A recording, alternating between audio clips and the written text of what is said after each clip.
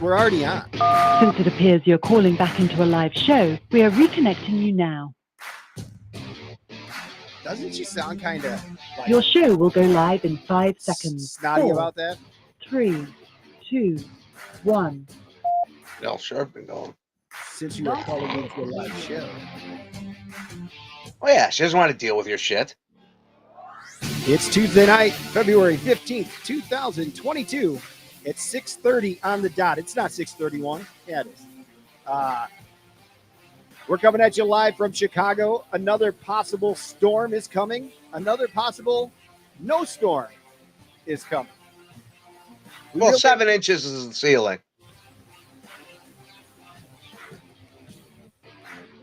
Hang on. Is it definitely happening now? I saw a different Well, model. according to the weather reports, hey, it's Al Archer at the Weather Center. It looks like the highest models have 7 inches as the most, and we can handle 7 inches. All right, back to you in the intro. Ladies and gentlemen, you heard it there from Al Larcher at the Weather Center. I am Clark Lawrenson here, introducing you to Live at the Sports Attic, the show that we do every Tuesday night at 6:30 p.m. You can find us on Twitter. You can watch us on Twitch at twitch.com/sportsattic on Twitch. You can find us on YouTube. Search for Larcher and Lawrenson. We're always on Facebook Live, and as always, we broadcast live for audio on Blog Talk Radio. And then grab the podcast pretty much anywhere you get your podcasts. Grab it there. Ladies and gentlemen, I am going to hand this show over to my partner, the one and only Alfred Ferdinand Larcher III. Well, Clark Lawrenson, it's a pleasure to be doing another program with you tonight. We have some exciting stuff to talk about. Are we going to start in L.A.? Are we going to start in Chicago? Are we going to start in Morton Grove? Or are we going to start in Cicero, Illinois? You tell me where we're going, buddy. I will push the button on the sports machine, which I bought at a garage sale in Tucson, Arizona about 10 years ago. It's the old George Michael sports machine. I will push a button on the sports machine, and I will take us there. But you got to tell me where we're going, man. Man, I am prepared to start wherever you want. We can start with the beginning of the weekend. It was one heck of a long-filled weekend. Friday night, I was able to go over to the Chicago Theater. We had intentions to do happy hour, me and a couple of guys over at McCormick and Schmidt happy hour, but we got there, Al. We got to McCormick and Schmidt for their happy hour, and they told us we don't have happy hour tonight for the holiday weekend. And I'm racking my brain. What are you talking about in holiday weekend? Let's go to Chicago, Illinois. And then the host busts out. She says, well, here's our Valentine specials. And we're like, oh, the Valentine holiday. They're counting Monday as part of the Friday happy or holiday, which bullshit. Garbage. Valentine's Day, number one, it's not a weekend event, okay? It's the day of, and it's manufactured by Saints and Hallmark, and those are the two people behind it. It's a deep-rooted conspiracy. I think there's some actors involved that faked somebody sent an ear, somebody cut an ear off and sent it to some person, and I think it was deep state-rooted actors involved in the whole thing. It's all a scam. Absolutely, yeah, absolutely. We were doing that to pregame before we went over to the show at the Chicago Theater. War on Drugs over there. We ended up going over to a place called the Emerald Loop from the Vaughn family of Vaughn's Pub of Corcoran's. They used to have Mystic Celt over there on Southport. Sure. So we went there. Well, Emerald Loop, that's where we used to film the Beer Down show back in the day when we were on with the Beer Down guys with Kellen and Casey. Yeah, we had some good times there. We recorded some fun things. I will say, I'll say that I had a great. I'm glad I was there. It was 550 Zombie Dust, and we threw around a couple of plate appetizers, so we didn't eat that much. Went to the concert, and then after, Brent was in town, and he was staying nearby, so we went over to the restaurant at the hotel at the Wit, and I had an expensive double cheeseburger to end my evening. Wow. Yeah, you got a hotel cheeseburger. That's that's the life, man. I mean, it's a fancy. That's living big. It's a fancy restaurant right there, yeah, it was good. Very delicious one. I'll tell you that much. Big lingerie and big chocolate are also involved. If we'd have gone to the happy hour at McCormick and Schmidt, we wouldn't have had I wouldn't have been able to have that delicious double cheeseburger at the end of the night. So everything. Why did you only have a little bit of an allowance? Were you sent out with an allowance? No, I probably wouldn't have been hungry enough, like that hungry for a double cheeseburger after. I didn't really eat anything before the show, is what I'm saying. See, I don't think I would have thought to have a double cheeseburger at the time, which also may have saved my next morning, which may have saved my Saturday for the trip down to Cicero, Illinois, down to the Cicero Stadium. We had some margaritas, we had some tequila shots, and we had some wrestling, and we had a national story come out of it. The lady yelled at us after the show, and not us. We were good, but we were fine. She yelled at some people, and we cheered at her yelling. We cheered at Thunder's yelling. Yeah, fantastic. So Saturday night, y'all, I picked up Al to head out, and one idea was we might just hit up the Olive Garden because it's easy, and I love the Olive Garden. I do too.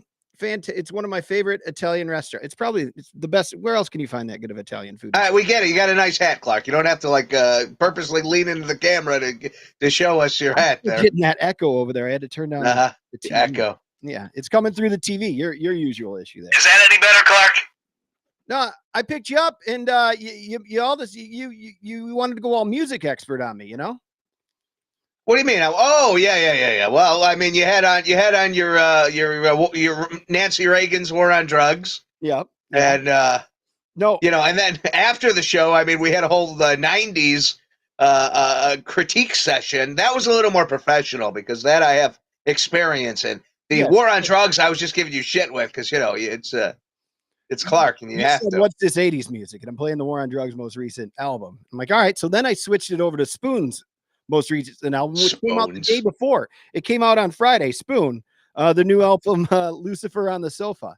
Still saying 80s music. So on the way home, I thought about that experiment. You want to talk about the ride home, and then we'll get back to the show? Well, I mean, you seem like you're all excited to talk about the ride home. So I mean, you might as well.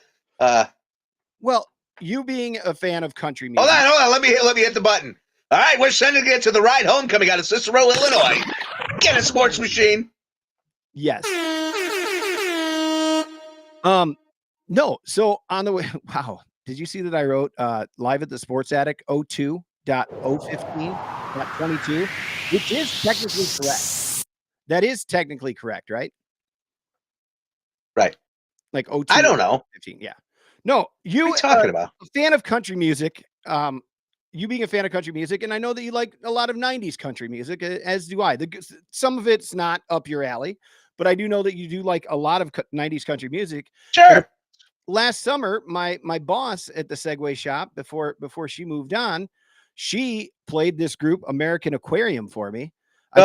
Jesus.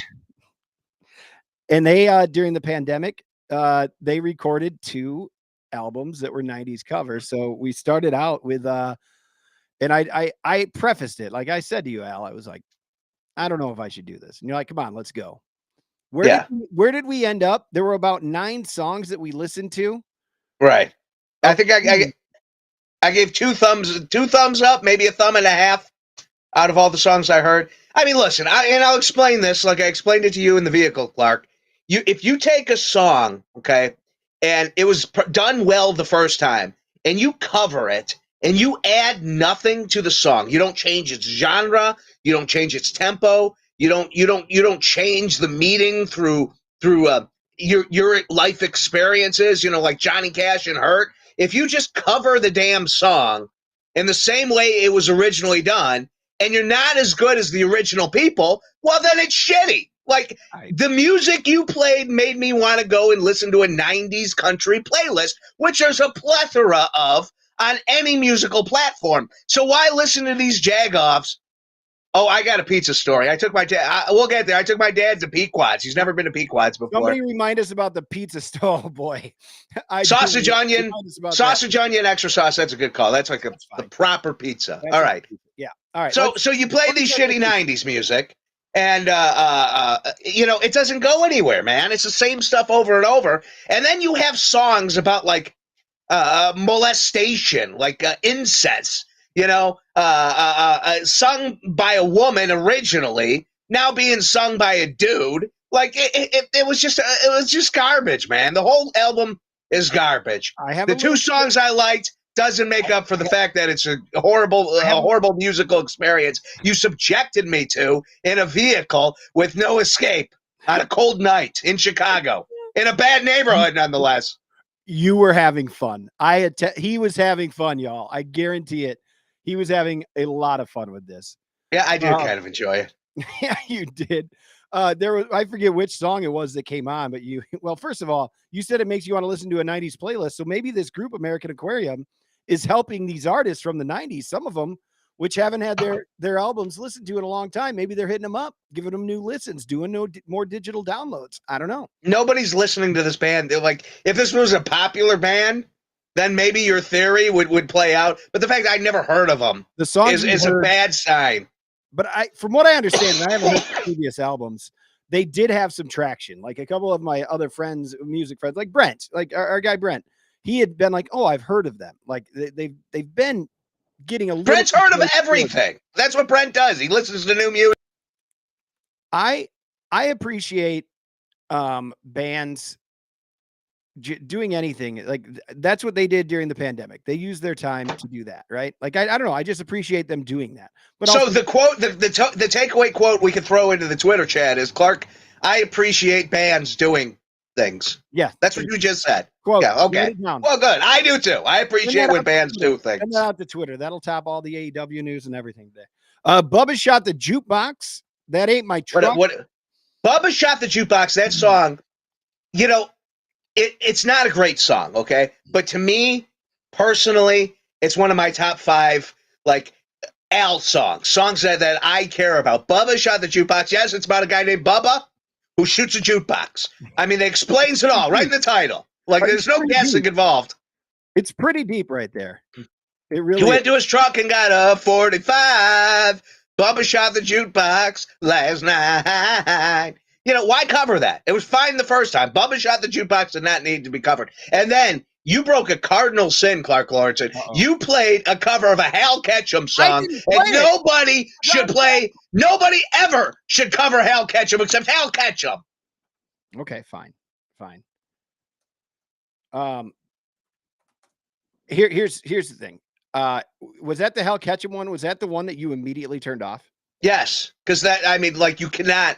I'll take so much abuse, I will take abuse. But when you start playing covers of Hal Ketchum, master, there's a spot on the TV, which is how I watch the monitor, and it's right on my teeth, and it's driving me goddamn crazy. Oh, Jesus, I just lost everything. All right, let's take it easy. So I don't have pants on, so I got to be careful here. I forgot to mention that, so we didn't get Olive Garden.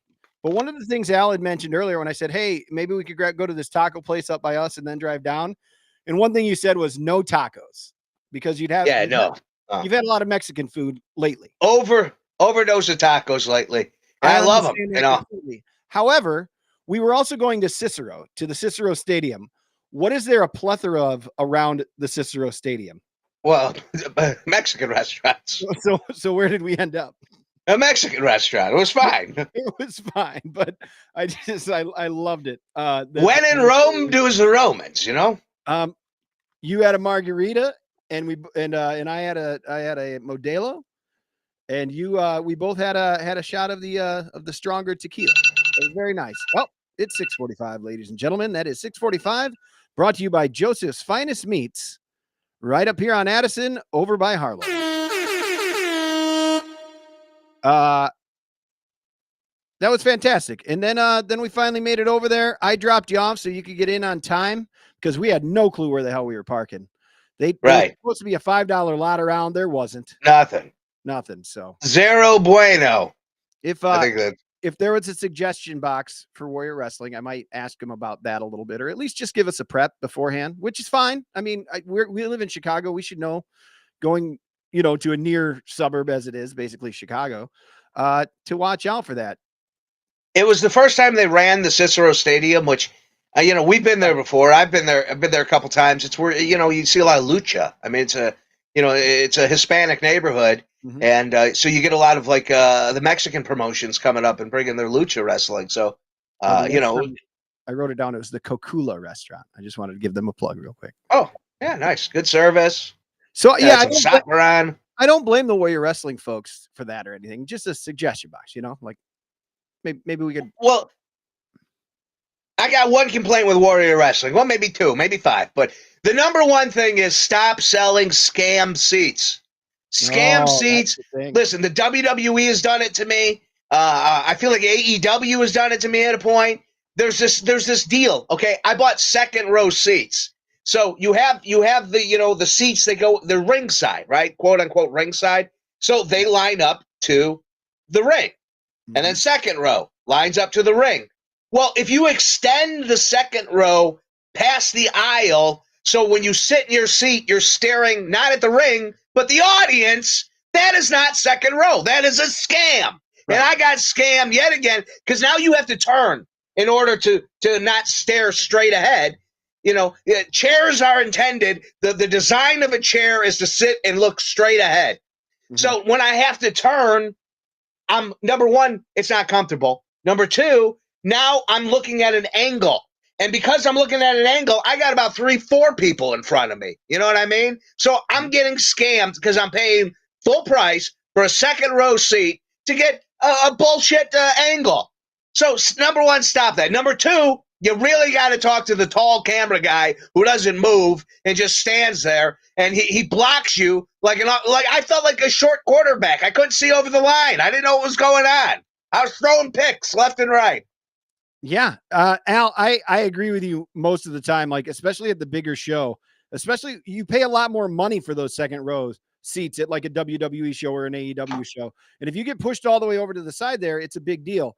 I didn't think it was that big of a deal at the Warrior show. Oh, here we go. No, it was just a little bit smaller. It's a little smaller, so I still felt pretty close. Plus, well, you had the closer seat. You were practically in the ringside zone. I was out of the strike zone. Missed it by that much. But can we at least both agree that at least you didn't have someone rather tall in front of you for the first time? Normally, when we're at a show, you always get behind the tallest person.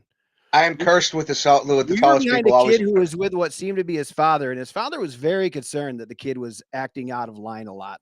Like when he was cheering for people, he's like, "No, don't do that." Or the kid would walk up and give a high five. Don't do that. I think it was probably not used to being around. I kind of noticed that. I didn't want to comment on it because who the fuck am I to comment on this? But yeah, you noticed it too. Yeah. The dad was very like, just sit down and shut up. Not in that way. He wasn't like that friend of the family, maybe because he doesn't know.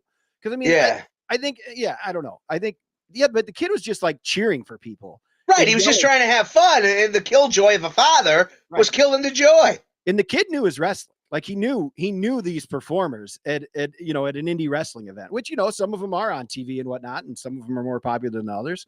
Our buddy Gringo Loco got a good ovation there. That dude, Gringo Loco, you can't slow down in your line of work, right? Like you can't tell him to slow down. I'm telling you, man, I hope he's found sleep, because by the end of that show, I know he'd flown out we talked about it. He flew out to San Francisco the night before. Been all over the map, man. Living the life of a wrestler. Not a lot of sleep and a lot of movement. I'm happy for him. I'm very happy for him. By the way, speaking of Joseph's Finest Meats, I grabbed their meatballs and I grabbed their sauce, and I dipped the meatballs in the sauce, and I brought them to the Super Bowl party, and big hit, man. Joseph's Finest Meats got some fine meatballs along with all their other fine meats. So Coach Ryan is in luck, Al. That's good. I'm glad you did that. I did some sausages this last weekend and some breakfast sausage from there for Saturday. Love me Joseph's Finest Meats. I'm getting called out here on the Twitch. I don't know. You can see it on the screen if you're watching on Twitch or Facebook Live or anywhere. I'm getting sold out by Wilson there, mentioning that I said Olive Garden was good Italian foods. Where else are you going to find good Italian food in this city? In the city of Chicago, you find me one place right across the street from the Olive Garden on Addison is Maribel's, and that guy used to be the head chef at some fancy restaurant downtown, the steak restaurant. So right across the street, Clark. Oh my goodness! Look, Olive Garden is what it is, right? Right. It's like I know good Italian food. I know. An eggplant parm. Look at Mikey. He FFS Mikey. He's got it right there. Look, Italy.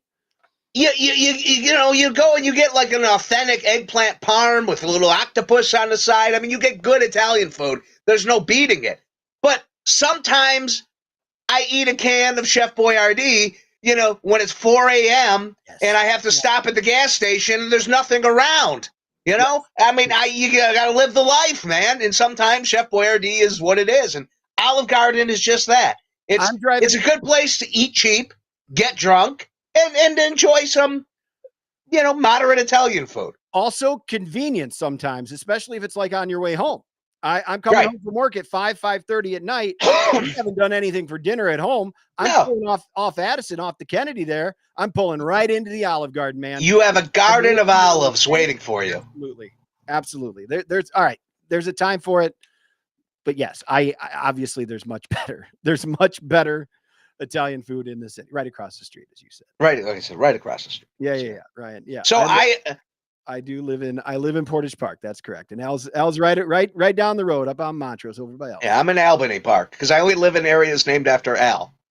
So it had an Al in it. I'm like, I'm going to Albany Park. I'm going to make this easy. And I have decided I only live in areas named after Poe. Yeah, because you are Poe. With Popo of the show. Yeah. So I took my dad on Valentine's Day. I didn't realize it was Valentine's Day. So I pick him up yesterday to go to Pequod's. And I get in the car. I'm like, hey, do you want to get wings or you want to get pizza? Or he's like, well, I have gout, which now confirms because gout is hereditary that I have been suffering from gout for like the last 10 years. And that's painful, right? He's like, oh, it's the worst. As my dad kept saying, I wouldn't wish this upon anybody. I'm like, yeah, I know. I've been there, man. I went to a Bears game with gout once. It was one of the worst experiences of my life. You got a tickle out of it. You enjoyed it. Oh, yeah, I enjoyed it. I was trying to get you in a damn pedicab. Like, we should have done it. I should have had a pedicab, yes. If there's any time to do a pedicab, it's then. But Pequod's, we got to set the table here. Are we doing Pequod's in Lincoln Park? Or are we doing Pequod's up in Morton Grove? Please, Clark, I don't deal with city parking unless it's Cicero. I go to Morton Grove, man. I go, where it's more of my pace of life. Yeah. So anyways, so I get my dad in the car and he's like, I'm like, well, this is like the best pizza in Chicago. He's like, well, maybe I'll have a slice. I'll go, hey, we won't get meat on the pizza. And I like sausage onion. I'm like, how about we do some spinach? He's like, oh, okay, we can try that. And then I let it slip out. It's deep dish. Oh, shit. He's like, I don't like deep dish. Pan, yeah. I go, okay. Did you try to sell the caramelized crust or anything then? I don't know. Not at this point. I'm just like, hey, look, I wasn't upset about it. I'm like, listen, if you want, I can maybe find like a sushi restaurant wherever we're at right now. We can find something different if you want. He's like, no, it's okay. I'll try it. So, we get there and we sit down and we end up getting onions and spinach. Man, I love their sausage too. So I was a little disappointed, but you know what? I was like, all right. I mean, he's got gout. I've had it. I know you try to just onions and spinach. Do they have thin crust? Connor asks. That's a good question. He asked the same thing. He's like, well, we could just order a thin crust. I'm like, you don't go there to get thin crust. So, I don't know that they do. I don't think they do. What's that? I don't think Pequod's has thin crust. You gotta have a thin crust. Yeah. I don't think anybody ordered. Do they? I don't know. Maybe somebody with the internet could find this out. Deep dish spinach is excellent because it's like a spinach dip. It's cheese smothered in spinach. Spinach and deep dish is fantastic. I have to admit the onions is a weird combo with the spinach, but it worked. Spinach and pepperoni works. That's one of my go-tos on thin crust too. Right there. Best thin crust pizza in Chicago. Pequod's Pizza. There you go. Is that right? Yeah. That's what the Google says for their, you pull up their site. That's the headline on the Google. I don't buy that. I don't buy that. There's just so much misinformation going around, Al, the world today. It's their website. You're not gonna promote your pizza as being the world's most pizza in the world. Right. It is. It's Mean Gene Okerlund selling a wrestling pay-per-view. You don't it's have the biggest thing ever. Yeah, he's not. Yeah, like it's not that. There you go. It's right there. I'm not buying they have the best thin crust in Chicago. Me neither. Do you understand? Like, that's a marketing thing, right? Yeah, I get it, but you're sitting there, you're telling me it's the best thing for us, then you're pulling up their website, and I'm telling you, listen, I understand it's their information, it's their propaganda. Listen, all day today, propaganda. You go on Twitter, there's propaganda everywhere. I'm reading it from them. So anyway, are you at Pequod's?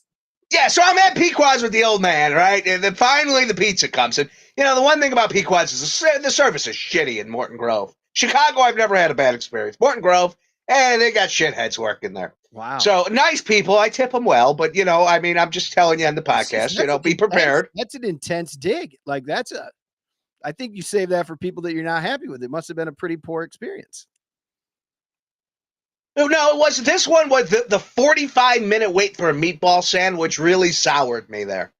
So, so finally the pizza comes out and he gets a slice. He eats it and he loves it. I mean, it's Pequod's. He's like, this is amazing. He had a second piece. I sent him home with an extra slice. So, you know, the verdict came out on the Pequod's, and it actually, you know, tremendous as always. So we once at the tour company, the old one that I worked for, we got a bad review on our site, like on TripAdvisor, because the tour guide had suggested Pequod's, and they got there and it took an hour. So they gave us a 3-star review because of what the restaurant had done. No. So you can't slide no, Karen. You can't do that. Not acceptable. That was before there were Karens, before it was, you know, that was the term even. Like, just then, so you know what we did? Like, all of our guides, we all just said, all right, if we're going to suggest Pequod's, we have to tell them, well, first of all, deep dish takes 45 minutes. You don't have to tell them anything. It's going to be a wait. Yes, if you're going to suggest a place, you don't tell them that. Hey, let them find that out. That's bullshit. You tell them they want to know where the best pizza is.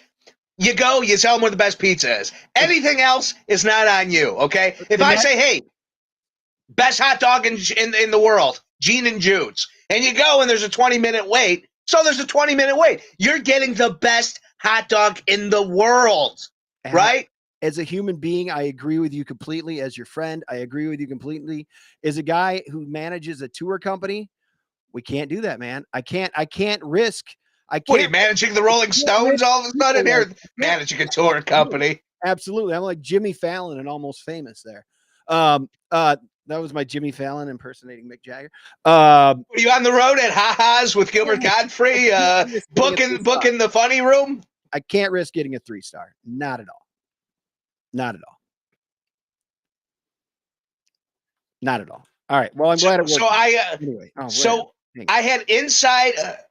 Best hot dog in the world, Gene and Jude's. I respectfully disagree. All right, Ryan. I'm willing to hear where you think the best hot dog is, but I mean, there's a lot of dogs. There's no question. It's Gene and Jude's. Tim and Carlos out on Museum Campus, across from the Shed Aquarium there. Perfect, beautiful, very great stuff down there. Wolfie's at Peterson in California. I don't know if I've had it. I've worked at a mattress store. That's not far from me. Yeah, I've driven by it. They have the big fork or something, right? Oh, no. Wolfie's my ass. That place is, I've got to drive through there. Ryan, stay with us, please. Stay with us. I don't it's not Wolfie's. It's Gene and Jude's, man. It's Gene and Jude's. End of story. Like, there's no debate on that one. Oh, my goodness. No, there's plenty of debate. There's just a lot of great places to grab them, you know? There's just a lot of great places to get them. I'll re-experience, like you with Paranoid, you know, or what's the name of that movie? Parasite. I'll check out Wolfie's, and I'll give another honest review shortly. Byron's on Irving Park is absolutely not even in the conversation. I'm sorry. It's just I'm not big on them. You know what? I've got to say this with a little bit of a rest in peace. One of my favorite goes to, not Murphy's Bleachers, but Murphy's Hot Dogs on Belmont, right by the now stage 773 over there. Oh, those hot dogs tasted like lips and assholes. Oh, bullshit. Bullshit. They did, man. Nope. They were some of the worst hot people. I would see lines out the door, and the only thing Murphy's had that was good was Green River. You know, they had the Green River soda. Their hot dogs tasted like lips and assholes. You know, I know that's what hot dogs are made of, but they're not supposed to taste like them. They do not taste like that. They taste fantastic. It was a fine place. Again, my place, hot dog stand. I don't remember what it was called, but when I went to What's Columbia your favorite, College, buddy? I used to go to. There was a hot dog stand right near Columbia College, where the radio building was, and I would go there every single day. And the dude used to call me his nephew. And years later, I went in there, and he'd be like, "My nephew is here." It was great. Anyways, so I'm a hot dog connoisseur. Is what I'm getting at. I've family in the business. You know. I meant to type this one from. Yeah, I understand. I meant to type that one from my own account, but I went from the Sports Addict. But Ryan, Yeah, that is blasphemy, Clark. I mean, honestly, Ryan you should brought. be ashamed. Ryan said it's You know, not Clark- a classic Chicago style dog. He said it right there. Clark, you have your 4 Chicago flags. You just lost 1 star. You're down to 3. You're down to 3 stars on your Chicago flag. You Okay, can't take away a star. I'm taking What's a that star place off of your now? Chicago flag. What's the South? What's that? The South Loop hot dog place now. It's right down by where you were talking about, but it hasn't been there long. And now they have a few other locations. They have a stand over by Patrick's old place over on Sheffield. Devil Dogs is around. Nope, it is. I remember the original, the OG Devil Dogs under the Belmont stop. That was Demon. Not that Belmont stop. It was not Armitage. Fullerton. Demon Dogs. Fullerton stop. Yeah. You're thinking Demon Dogs. Oh, is that it's Devil? Oh, You're right. thinking Demon Dogs. Devil Dogs opened up down just south of Armitage in a little like hut that used to be they had a picnic table out front just down the street from Patrick's place on Dickens in Sheffield. Devil Dogs. They've got one down in the South Loop, and I'm a fan of theirs. You ever been to Maxwell Street? Coach Ryan brings that up. I know we got some of these guys are big on South Side type of stuff. Yeah. Maxwell Street's good. I mean, you go there, you get a Polish. You get a little onion, a little mustard on that. It's good. It's good. It's solid. You feel dirty. You feel dirty getting that Polish dog, and that's what when you're really eating encased meats, you want to feel dirty. You do? Yeah, it's like Gene and Jude. You get a little river water with it, I'll tell you, once in a while, an overpriced Wrigley Field dog, you get it out, the vendor brings it by, he takes it out of the tin box, and you take it out of the foil, and the bun has pretty much like, it's so wet at that point from all the steam in there that it's like just gone. There is no bun left basically, and what's left of it is stuck to that dog. Then you take that little packet of mustard and you put it on it. It works with an old style at the ballpark. It works, but normally, I mean, anywhere else that wouldn't be a good hot dog. There, I tend to like it once in a while. Yeah, my favorite character in a book was a Confederacy of Dunces, and the dude, when he was selling hot dogs. I think really, that was the highlight of his life. I would like to get a little hot dog cart, just walk around, sell hot dogs. Not in the cold though. I worked at PJ's Red Hots in DeKalb, Illinois, when I was in community college out there. And we had a cart, and I would take it out because we had a stand inside, and we had a cart, and I would take it out and sell them on the road. MPAT75 asks, what is the easiest and best hot dog / Polish to get? I'm driving from South Bend. Usually they just go to Jim's Original by UIC. Are you going to an event in here, Matt? Well, Matt, if you're listening on the radio, my buddy Brad King out there in South Bend, playing the jams for you. I hope you're checking him out. Good dude. We worked together at US 99 1,000 years ago. Yeah, I wouldn't know where to suggest. Maxwell Street maybe would probably be. I mean, he's talking UIC, right? They usually go to gyms down there. If he likes that, I mean, if you got your spot, go to your spot, right? Yeah, you don't have to change your spot up. Coach Ryan says that's about the best you can get. Let me tell you, if you find your Chicago style place, go to it. You'll love it. Now, steak sandwiches. I'm on the hunt right now for the best meatball in Chicago. I've started searching. I got about 4 or 5 places down. I'm writing up reviews, and I'm trying to find the best meatball sandwich in Chicago. So I'm not even close to making any decisions yet. But best steak sandwich in Chicago. We have to talk about Mr. D's for a moment. Where's Mr. D's? It's over by the Brickyard, about across the street from the Brickyard. You go to Mr. D's, you get the steak sandwich, thick, fat onions, perfectly seasoned meat, an interesting guy behind the counter. he looks like kind of looks like the soup Nazi from Seinfeld, but nothing like him. He's real friendly. So you get your steak sandwich, and Mr. D's also got voted best fries in Chicago. So you get the best fries and you get a steak sandwich all at the same time, right by you, Clark. If you haven't been to Mr. D's, I mean, you're fooling yourself. I mean, if it's right down on by the Brickyard, then I'm going. I'll find one of the best steak sandwiches. I'll have to find the best. I'll have to find some really good denture glue that day and put it in and head on down. Yeah, you know what, Clark? He makes the beauty of his steak sandwiches. It's a little rough. I mean, you bite into it, but it pulls apart. You don't pull the whole steak out with you. It's perfect. It's a very thin cut steak. He does it right. I mean, hands down, best steak sandwich, Mr. D's. A guy with bad, some bad teeth going on will be all right there. Yeah, you'll be fine. It's worth it. Right. Fresh tomato. Fresh tomato. Oh, yeah. Is it breaded? Is it grilled? It is not breaded. No.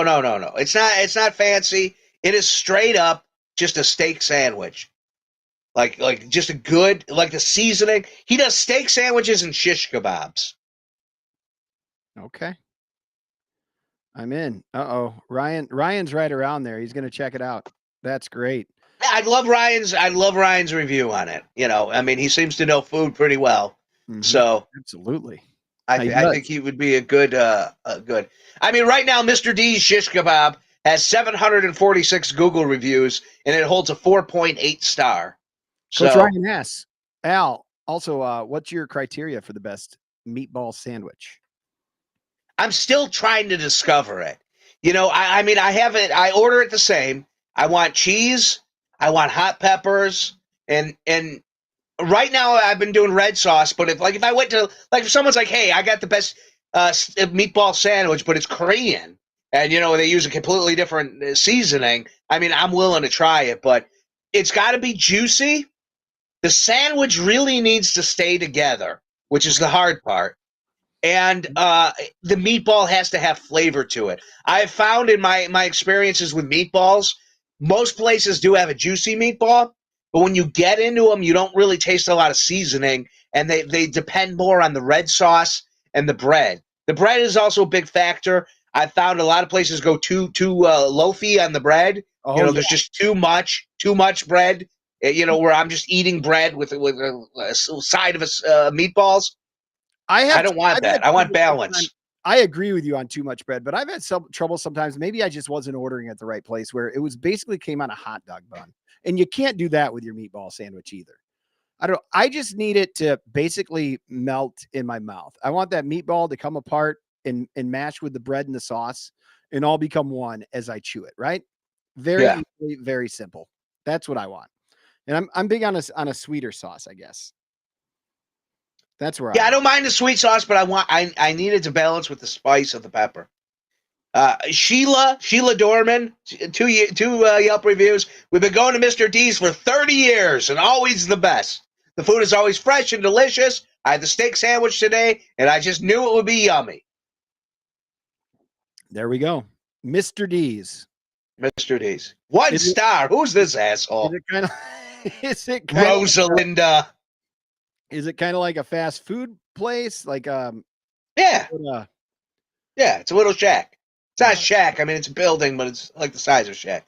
Yeah. Rosalinda, I'll give you one bad one because, 1 star here. Not sure what went wrong, but I didn't have a good and tasteful experience as many others have. I was really looking forward to enjoy the steak and shish kebab sandwiches. Our sandwiches were insipid. The only flavor in them was strong charcoal taste. Thank goodness for the fries that helped with the bad experience. Well, listen, honey, if you like the fries that much, you at least need to bump it up to 3 stars. Come on. This world coming to. I think Coach Ryan might be talking about making them. I know he's big on food and stuff. Meatball sandwich is so fucking hard for everything you said. Bread, integrity, enough balance of everything, quality of meatball, quality of sauce. I do agree. So that's why it's hard to find a good one too, right? It's hard for a place to get it right. Right now, my leading meatball sandwich actually is Pequod's.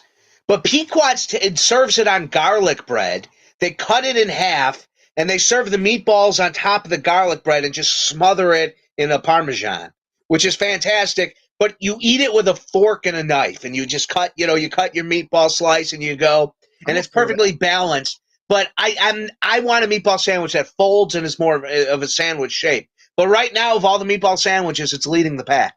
So, I did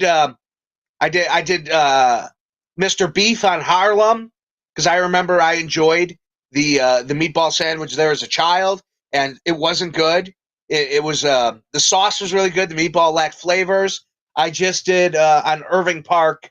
God, I can't think of it. Babos. Fuck Babos. Babos always blows.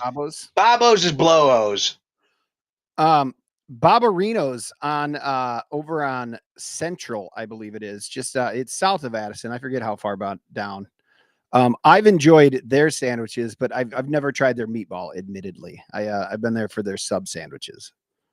Yeah, I meant to go to the Butcher of Belmont. The former pro wrestler whose family owns the butcher shop down there.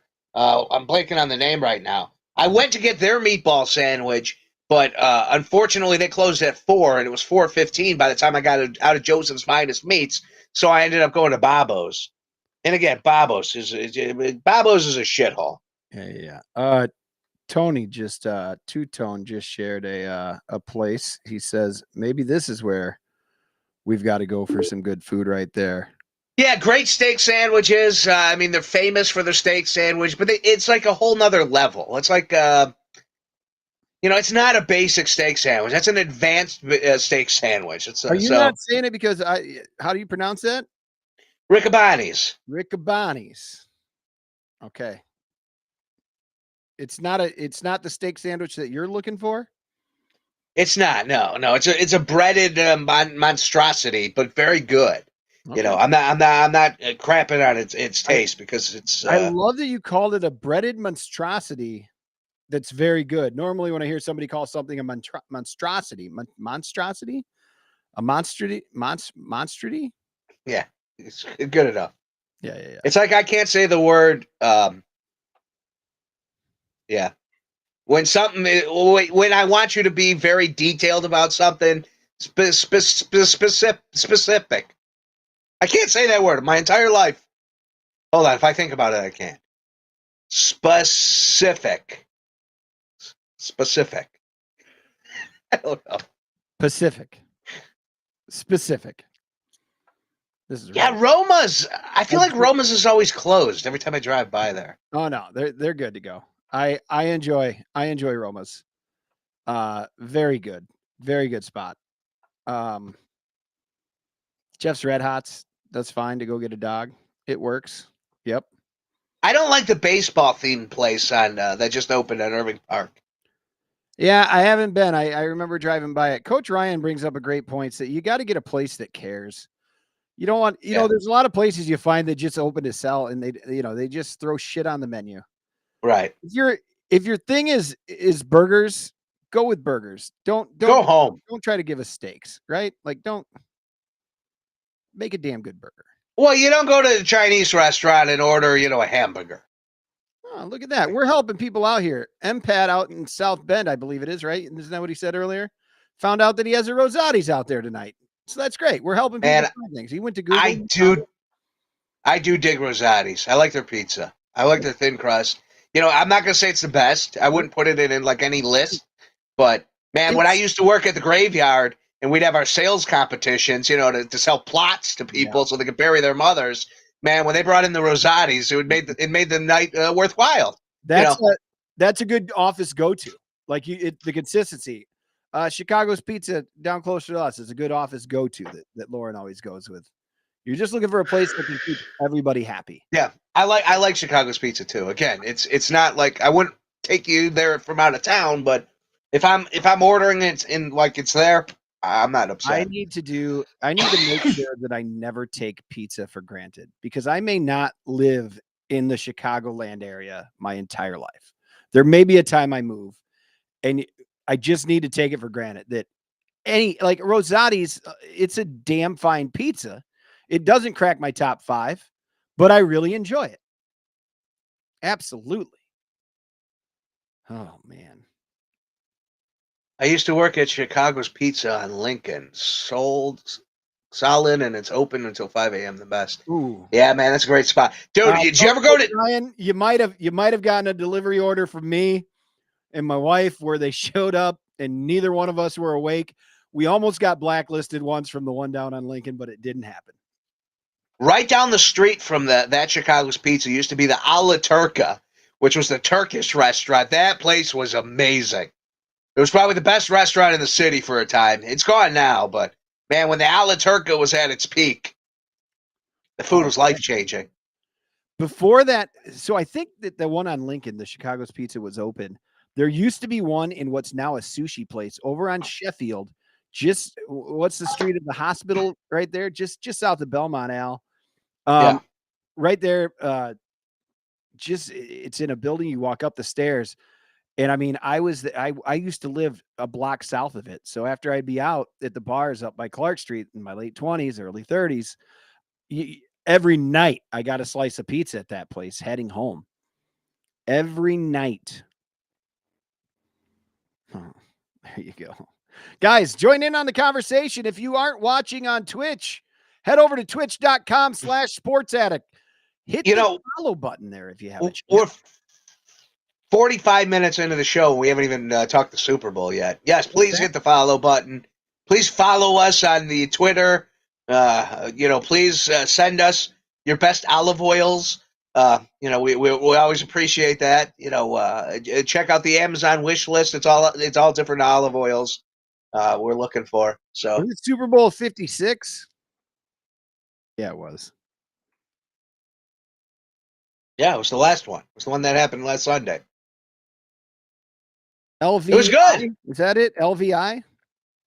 Man, I am playing this game right now. I am obsessed with. It's called Crusader Kings 3, where you just, you build your legacy, your family legacies. I'm holding on as King of Ireland, and every Elfred, the Larcher crest, and then every Elfred, the firstborn male, is named Elfred.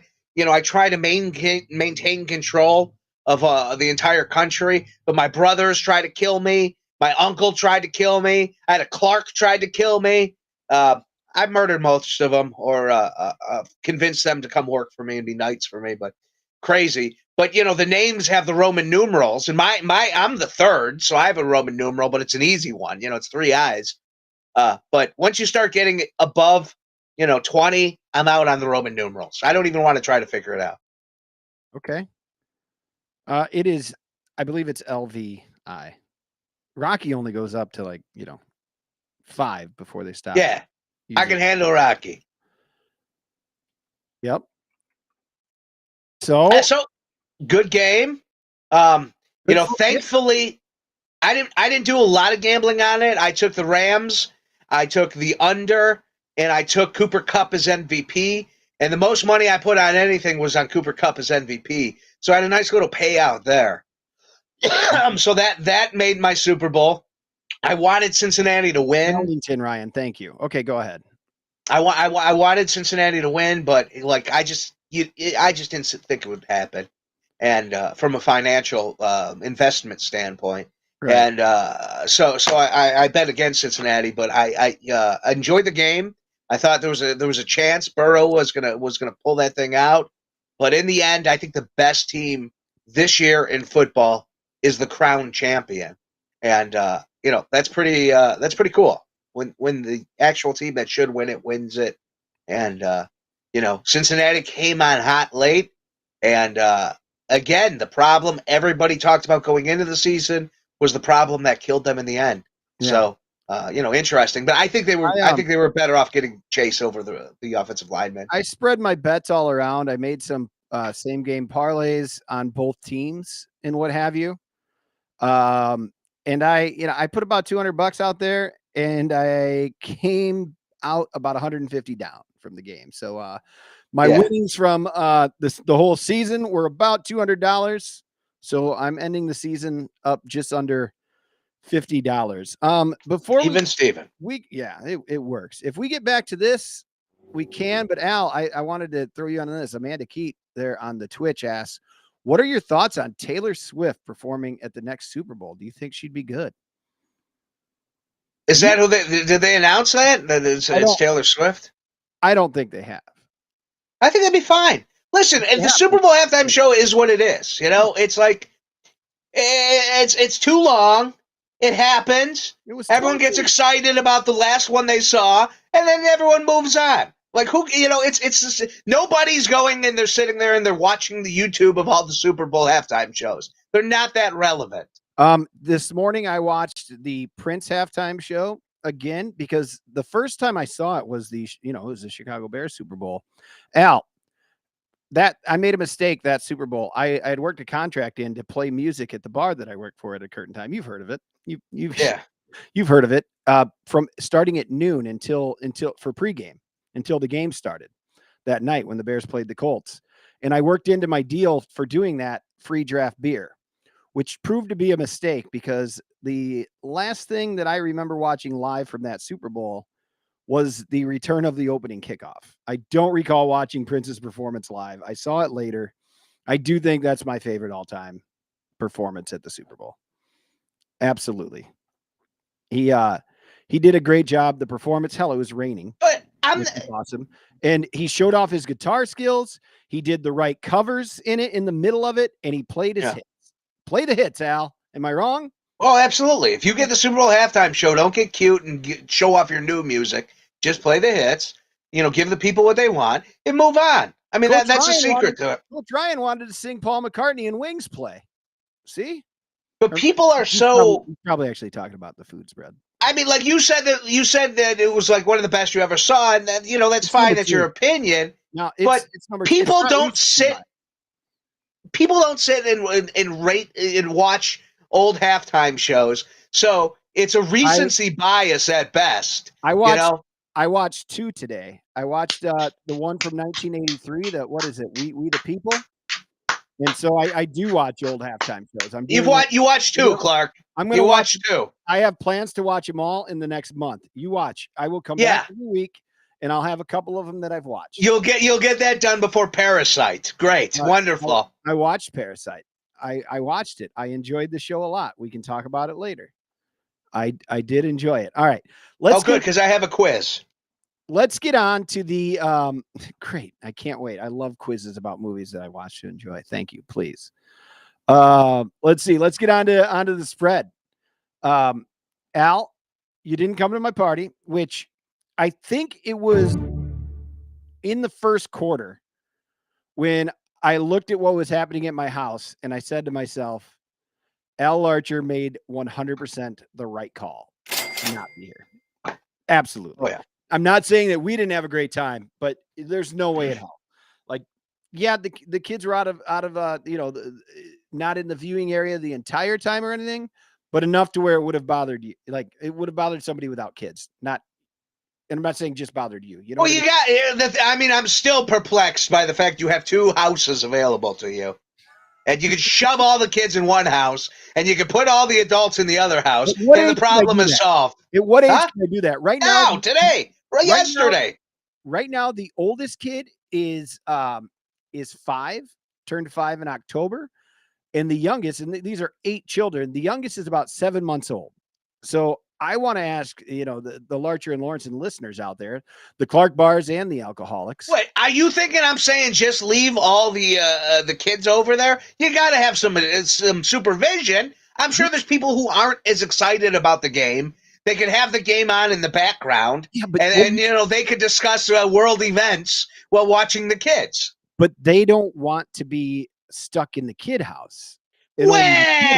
Sacrifices have to be made. You people had children. You guys added to the overpopulation of the world. Sacrifices need to be made by some of these parents. 2 people can sit. You can have shifts. Every quarter you can swap out the people who are in charge of watching the children.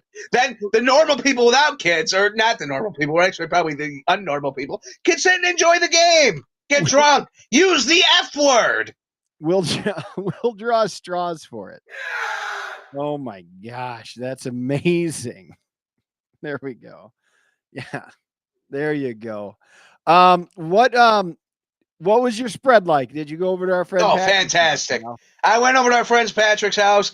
His beautiful wife Keegan enjoys. I think she enjoys making the spreads. Makes these beautiful spreads. There's dips. Right now. Yep. Go ahead. There was a Sunday bar on Super Bowl Sunday. There were deviled eggs. Did you have the deviled eggs?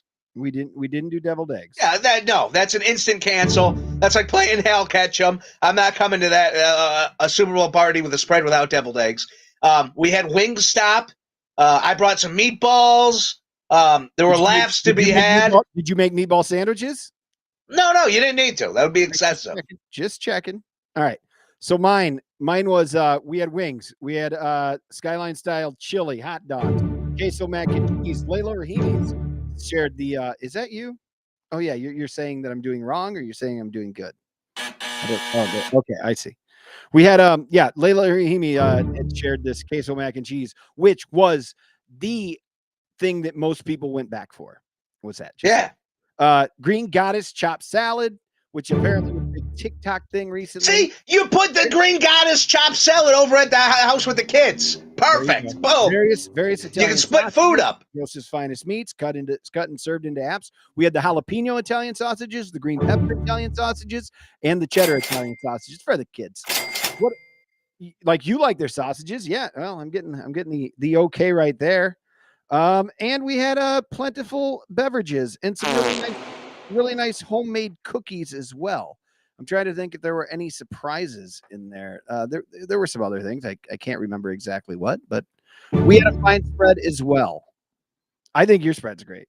And I mean, you had to run down everything you had, like you're an advertisement for that the OK Corral the buffets, and I just gotta say ours was excellent. There wasn't anything you didn't want. MPATS was simple. Keep it simple. Special pizza, wings, chips. Someone brought a cake. That works for me. Perfect. I love a cake. A surprise cake. Mwah. Ooh, nothing better. His was Corona and single barrel select JD. Oh, all right. Beverages. I recently found a bottle of Blanton's. Finally, Blanton's bourbon, which I've been letting chill here while I'm drinking my wine. I figured I'd finish off the show with it. You can't find it anymore. It's not like the best bourbon that's out there, but it's really solid. I love it. I enjoy it a lot. Blanton's. Plus, it's got the little horse with the guy riding him on the top of it. So fun. You don't care. My favorite token when I play Monopoly is the horse. Ooh, chili relleno dip. Yeah, taco bar, meatballs and sauce. Did you make any sandwiches? Beautiful. Yep, slider sandwiches. We're just gonna go through the food of these, right? I gotta say, Wilson has great taste. I mean, impeccable taste. Said he was quite hungover. Went with Chinese in the last minute. Felt there might be a delay. I like it. Like a Jewish man on Christmas, my friend. You go right in you get the Chinese. The delivery will be fast. You get some good fried rices. Man, I've been craving an egg foo young. I've been an egg foo young in like a decade. My cousin's a big fan there. He watched the halftime performance a bunch of times. Check out his music, guys. For us there on Twitch. Go give him a follow. Check him out. He's doing music. He's out there at Colorado State doing a lot of cool stuff. Yeah, a lot of people. Oh, it was Sucks. Amanda, not a fan of J-Lo and Shakira. I know some were. Some folks at my party were. And then there's more love for that. I'm just going through the Super Bowl stuff from the Twitch people here, guys. Join in on the Twitch if you're not watching there. How come I go on Twitter today and I only saw two things about the Super Bowl halftime show? Well, yesterday, really. It was either people who loved it or people bitching about people who didn't like it, but yet I couldn't find anybody who actually didn't like it. I think it hit a certain genre.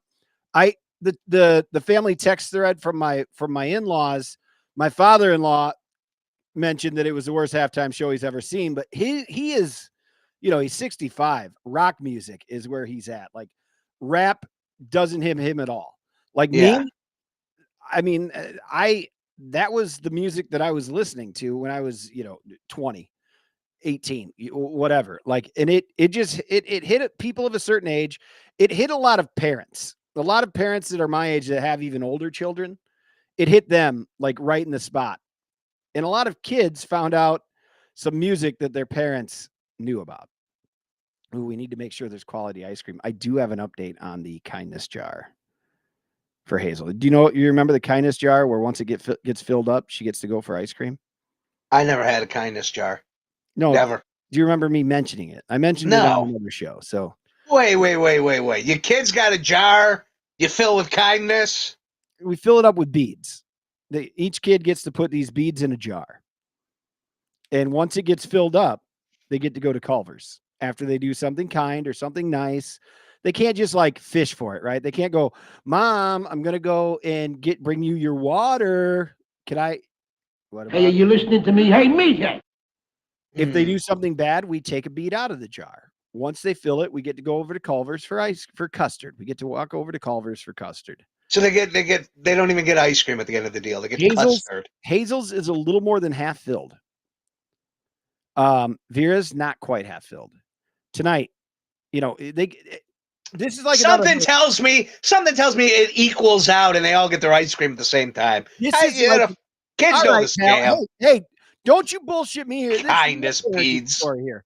So she Valentine's Day is a lot like Halloween. There's candy everywhere, and they've been eating it since the parties yesterday. Tonight, she came home. They each had candy after they got home, but dinner was coming up soon. And I went and I said to Hazel, I said, listen, Hayes, I said, here's the deal. She had her bag of candy. And I said, Hazel, don't eat this candy, or here's what I'm going to have to do. I'm going to have to empty your kindness jar. Never have done that before, Al. We usually just take one out, empty it. And I'm saying like, there's like 20 to 30 beads to get a little. How big are these beads? They're beads with the same beads that we used at our wedding. Remember that? There were beads at our wedding that we dropped into a jar. The Lawrence's got a fetish for beads. The jars are about this size. Something like that.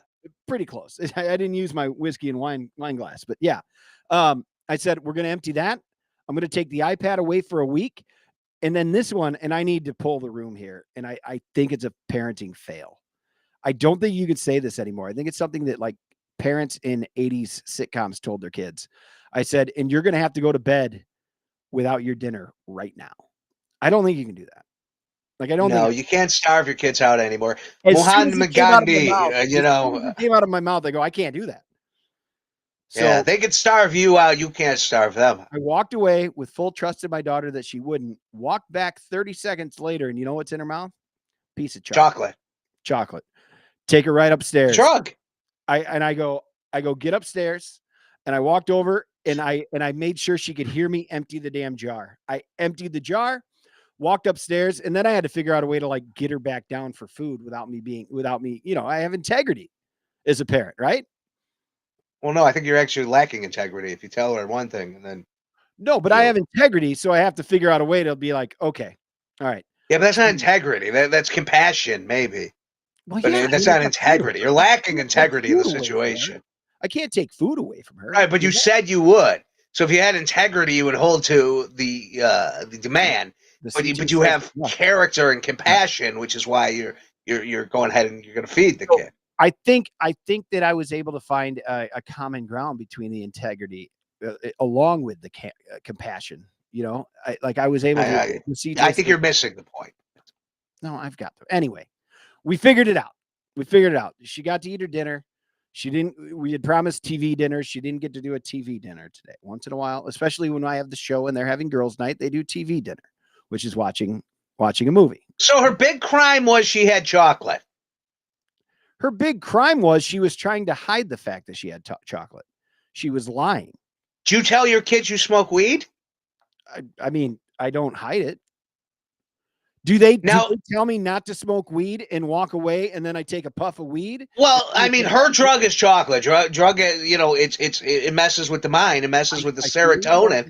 So you got the weed. So if she said, "Hey, Daddy, I got a deal," you can empty my swear jar, my bead jar, my positivity jar. You can empty out the positivity jar if I eat candy at any point during the next 2 weeks.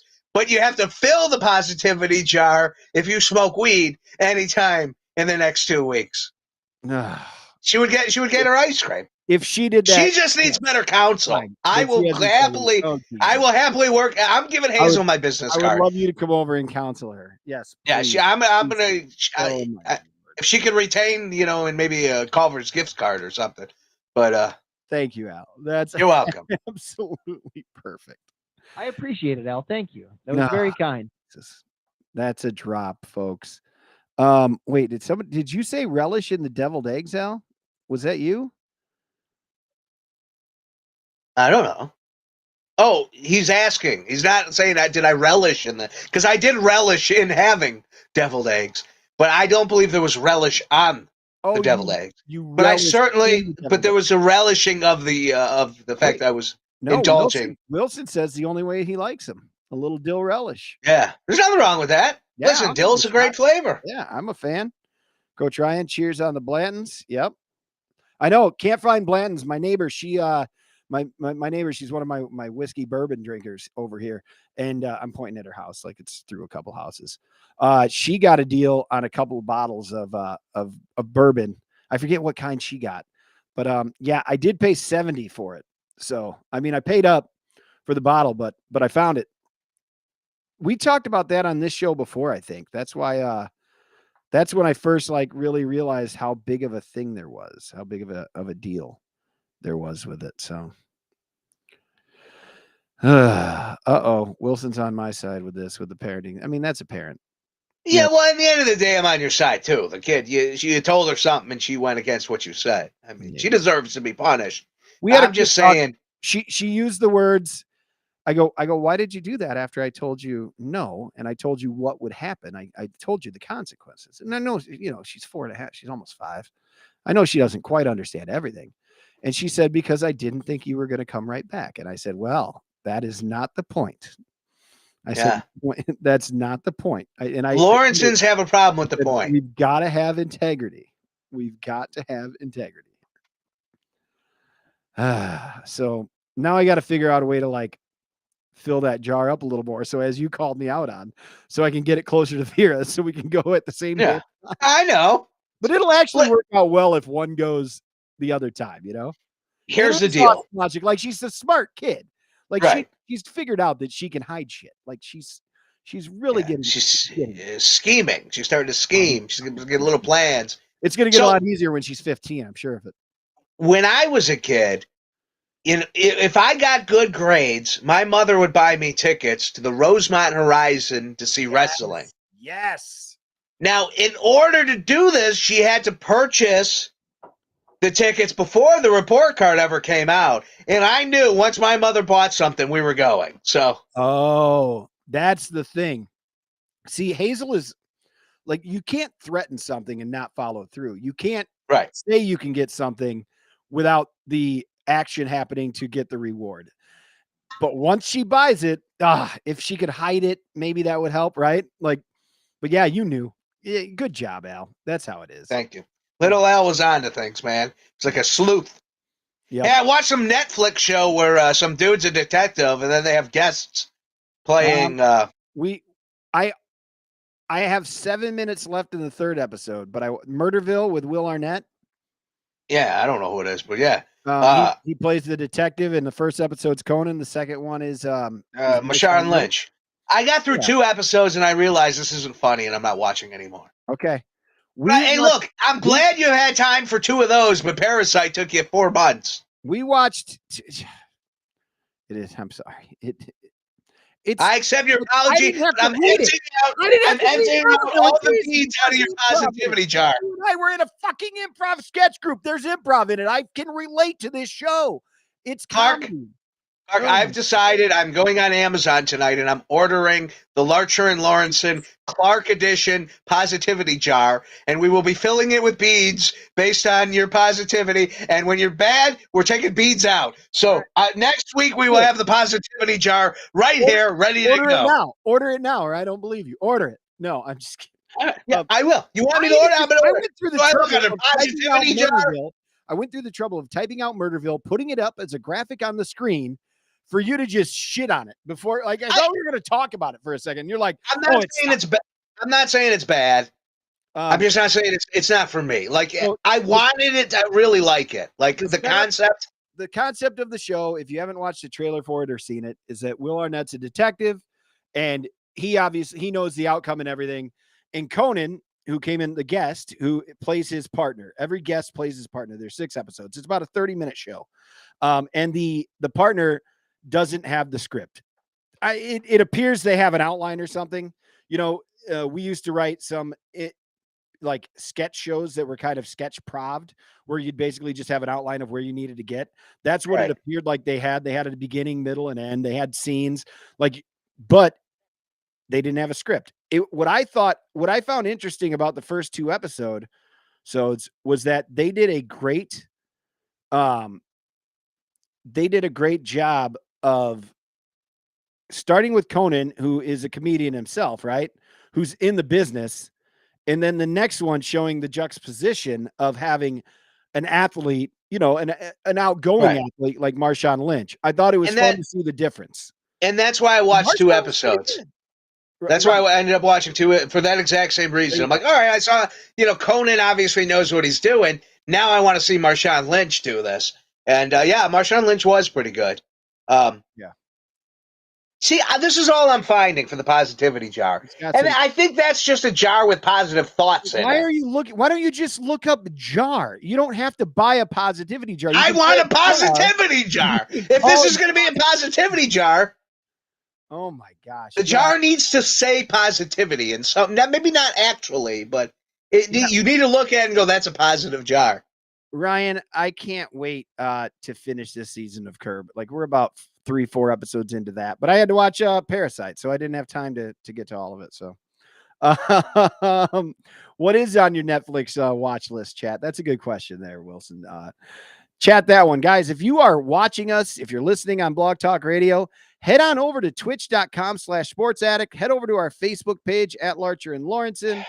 We're also on Twitter. You can find us pretty much anywhere.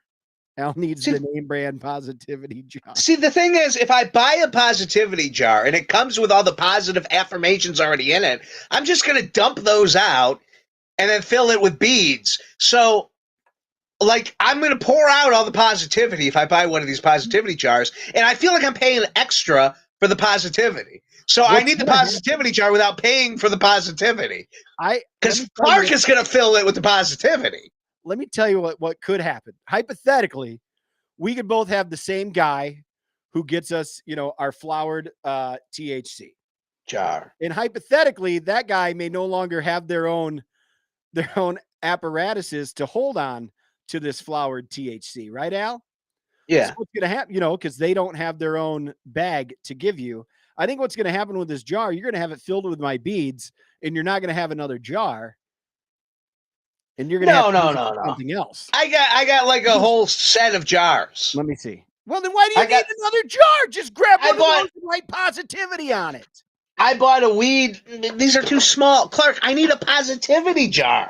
You can't do this. I'm not going to half-ass it. This is too small. I want a lot of positivity from you. Yeah, but I bought one of these weed boxes, And they come with a bunch of jars and a grinder. And, I mean, I had to buy something similar so the kids wouldn't get into it. Do you have to buy it to keep Rygar away? No, I just wanted something classy. You put your one hitter in there.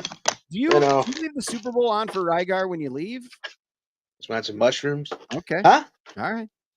No, the cat has no interest in football. If you're going to a War on Drugs show, I suggest all of those. To be honest. She's a classy woman, and she's not into football. Okay, fair.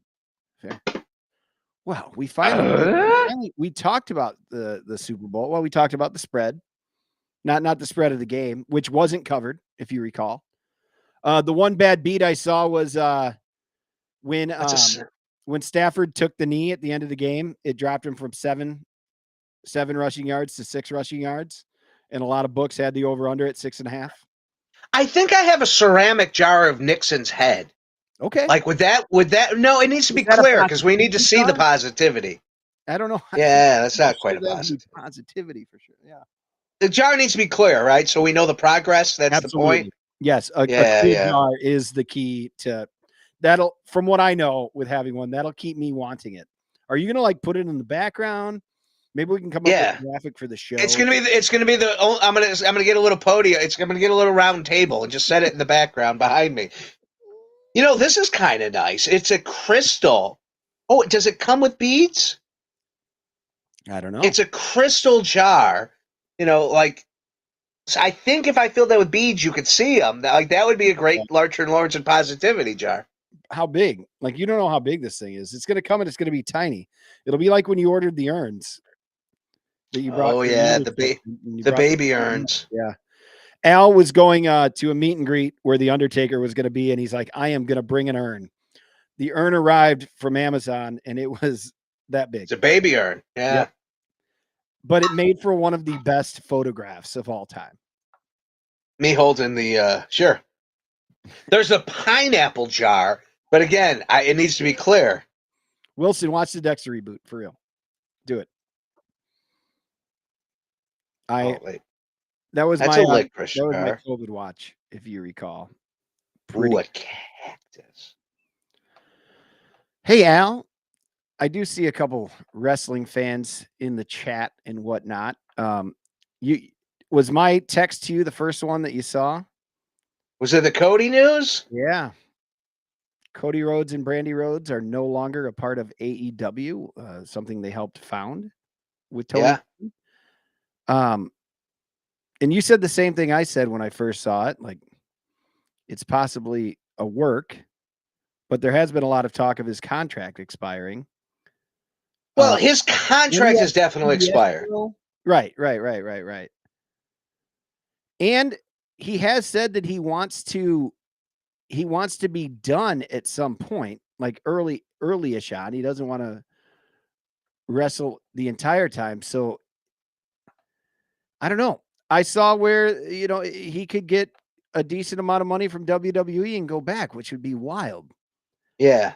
And don't you think that it'd be kind of a pull the rug out from under you crappy shoot or crappy work right now to do this? No, I mean, if you do it right, because look, they're not lying. Cody's contract has expired, right? And so, I mean, he legitimately is a free agent. And if they just held him off of TV, if he fades out of nowhere, and let's say he wants 6 months off because he's filming something or, he's working on these TV shows, if all of a sudden you forget about him, Cody's out of sight, out of mind, and then like Kenny Omega or somebody wins the world title, and out of nowhere, Cody comes back.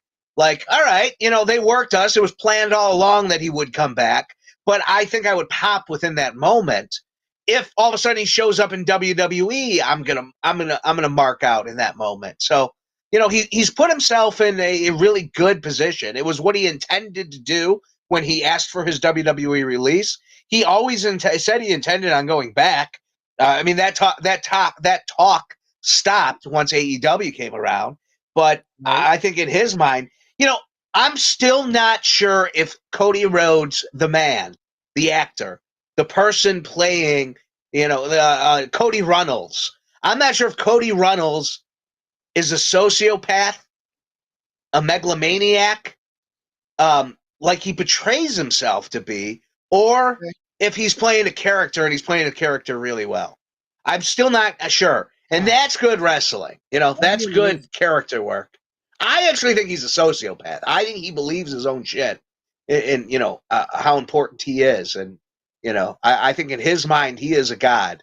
And that's just not a reality when you actually get down to it. Then if Cody Runnels is just doing a hell of a job with this, he's doing a great job. Yeah. Like, I'm all in. If that's the case. I just put it up on the screen. Like, is this how he's coming back? Just like when his dad was forced to leave town after a feud with Kevin Sullivan, came back as the Midnight Rider. And he does like to do his dad's old bits. He does do his dad's old bits. I don't know. So that is, I think that is a real possibility. I think that's a good call. He comes back as the Midnight Rider or the nighttime, Rampage. Well, he's the Nightmare, the American Nightmare. His dad was the American Dream, so maybe he's the Noon Rider. No. Yeah, the high noon Cody, or I guess I would give it away, right? Let's see here. The CJ here, the CJ asks, I think Cody will be on an indie tour headlining all the indie shows, which, I mean, that'd be great. Like that, I'd like to see him do that. That would work. He's already done it. NWA needs a top guy. Is he going to go there for Aldis again? I mean, they did that All In, right? He did the indie tour already. I think he's above that at this point, and I think it actually lowers his stock if he is planning a big return with a major company. So I Will- think he vanishes or he shows up in WWE right away. W. Wilson for Life, who I don't think has been watching too much lately, said he saw somewhere that Shane McMahon is rebooting WCW. He read it somewhere. Like, yeah, Shane left the company, but he's still been seen doing some work for the company. So I don't know. I don't know what's behind that. Yeah, I mean, Shane didn't leave the company. Shane was fired. Right. And there were some reports like his ego went crazy at the end. Oh, did Cardona beat Aldis already? Or he's just the top guy. Okay. All right. I'm trying to catch up on NWA. I did like the look of that show when Billy Corgan, when they first brought it back. And Al, I couldn't believe how excited. I mean, we're going way back here. It all in when Cody beat him for the title. That was the greatest wrestling moment that I could remember at the time. And maybe it's recency bias, as you brought up earlier, but I don't know. Yeah. I just posted the picture of me with the Undertaker and the baby urn on Twitter. On your Twitter, On our Twitter. Okay. Larcher Lawrenson, LARCHER, LORENSEN. That's where we are on the Twitter. And we both have great shirts on. Yeah, you're wearing the Cade McNown, aren't you? Oh man, look at that. I mean, I can go get it too. Yeah, he's got the I got the Cade McNown tie-dye shirt on, and he's got a Muhammad Ali Elvis shirt. So, we both crushed it that day. I like to think Mark and I were on the same page, spiritually when we were selecting shirts that morning. Was he the one who said great shirt? No, you got it. You got a comment out of people. Insane Clown Posse. What was your shirt for the Insane Clown Posse? I think it was an Elvis Johnny Cash shirt. Okay. Yeah, I think I had on. It's a shirt with Elvis and Johnny Cash together. That's right. And Insane Clown Posse guys like, that's a great fucking shirt, man. Dopey or Two Dopes or I don't know who they are. Didn't you have a separate shirt with like Hangman Page? Well, I had a Sturgill shirt on. I had the Sturgill Simpson shirt on, and Hangman Page pulled me aside. He's like, and we talked a little Sturgill Simpson. That's so badass. That's awesome. I mean, yeah, that's badass. I enjoy that a lot. Man, he's been a terrible champion. You talk about like AEW does so much right, and it's such an enjoyable product to digest. Like those wrestling shows are a lot of fun, and I highly recommend. Even if you've been out of wrestling for a while, tune in. What's such a dud about it? What the hell's going on? It's just like, and it's not just him. Like it's AEW in general. I think they've been terrible with their champions. I have not cared about one world champion that's been in this company. I've cared about the wrestlers. Like, I thought when Kenny Omega won it was going to be a big crowning moment. And instead, I mean, it was lackluster. And mainly a lot of it was because, Kenny Omega was injured, so there wasn't a lot to do. Okay. Yeah, that makes sense. Do you think some of it's expectation of what the match should be? And do you think part of it is watching him do so well in NJPW because that product was so different and you're watching something from the other side of the world that helps with the buildup for it? Or do you think AEW is just fucking up their head title or their big title? I don't on this, man. I don't know. Like, I don't know why I don't invest into the titles. They don't promote it a lot. Like, the star of the show should be Hangman Adam Page. And I've been watching for anything but Hangman Adam Page. I've been really intrigued by the Cody stuff. The crowd booing Cody and telling him to shut the fuck up has been delightful. Like, I wanted to see the progress of where that was going. If Cody was going to have to force himself to become heel, if this whole thing was an act. Like, it was the first time in a long time I've been really into Cody Rhodes. And, really? Yeah, like, I mean, I was digging what was going on because there was like an element of real life to it. And now with him leaving the company, it shows that there was a lot of real life to it.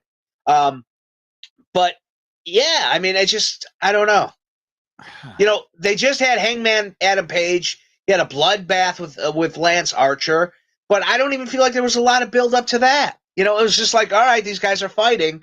Lance Archer's a badass. It's going to be violent. And it was, and they delivered on that. But there was no reason for it. I think I liked he and Danielson, right? No? Yeah. That was intriguing. Fine. But Like I was interested in that whole deal, and that was a good match. But so I cared more about it. I cared more about Bryan Danielson winning the title than I do Adam Page. I'd rather see Bryan Danielson as the world champion right now. the problem there is if you do that, then you'll have the folks who are, never AEW folks will be like, oh, you're just going to give it to the WWE guy, right? Maybe. I mean, I get it. They want you got to do what's best for your company, though. At the end of the day. Oh yeah, I agree. Man, when you would talk about Lance Hoyt or Lance Archer, it's the same difference, right? Yeah. You had him built up as something that I just haven't seen him used as. Like, right. The Murder Hawk. He's a monster. Like he's. I don't know. It doesn't seem to be working the same way for some reason, and I'm not quite sure why. Well, I mean, number one, you have him with Jake the Snake Roberts, who's God, I love Jake the Snake Roberts. And if this was, 10, 15 years ago when I really wanted to see him as a manager, I think it would have been great. But he's a dustball now. I mean, he's like 75 years old. He has a bad back. He could barely move. You could probably bring him out every like 5th time with him, right? Lance Archer's a massive sized dude. He's almost 7 foot. He's probably, 6'9", 6'8". Jake the Snake is bigger than 90% of the AEW roster. So when he's out there, you have this 70-year-old man towering over these guys who are supposed to be tough wrestlers. And it almost makes Lance Archer seem less impressive. And I don't know. It just, it doesn't work. Right. The whole package doesn't work. Okay. I see. Yeah. And Archer's a jobber. That is another issue. He's a jobber for the champs. Like he's the best. Upper mid card. He's the Buffalo Bills. Yeah. We'll lose it 4 times in a row. Yeah, and Jake the Snake is Marv Levy. That's perfect. Oh man. Jake the Snake is Marv Levy. He still lives in Chicago, like in Lincoln Park. Yeah, I love that, man. In the cities, late 90s, I think. I heard Bernstein talking about him. How he ran into him a few years ago at the store. And like Marv was just asking him about something. He's like, wait a minute, are you Marv Levy? Crazy. That is crazy. He was on TV around here for a few minutes. Uh-oh, what's that? Oh, that's you and Cody. And the Business Bear when we put together a plan for AEW. What was the Business Bear? Bernard the Business Bear. Did he have him on AEW shows? He might have been at that first show we went to. Okay. Wow. Yeah, I don't recall. This is the point of the show where I look at my notes, where I'm enjoying my beverage here. Yeah, that's the best. I'm glad you got that. I'm a little pissed that I never got that. You got you and Al Archer got a photo with both Ric Flair and Hulk Hogan. That's crazy.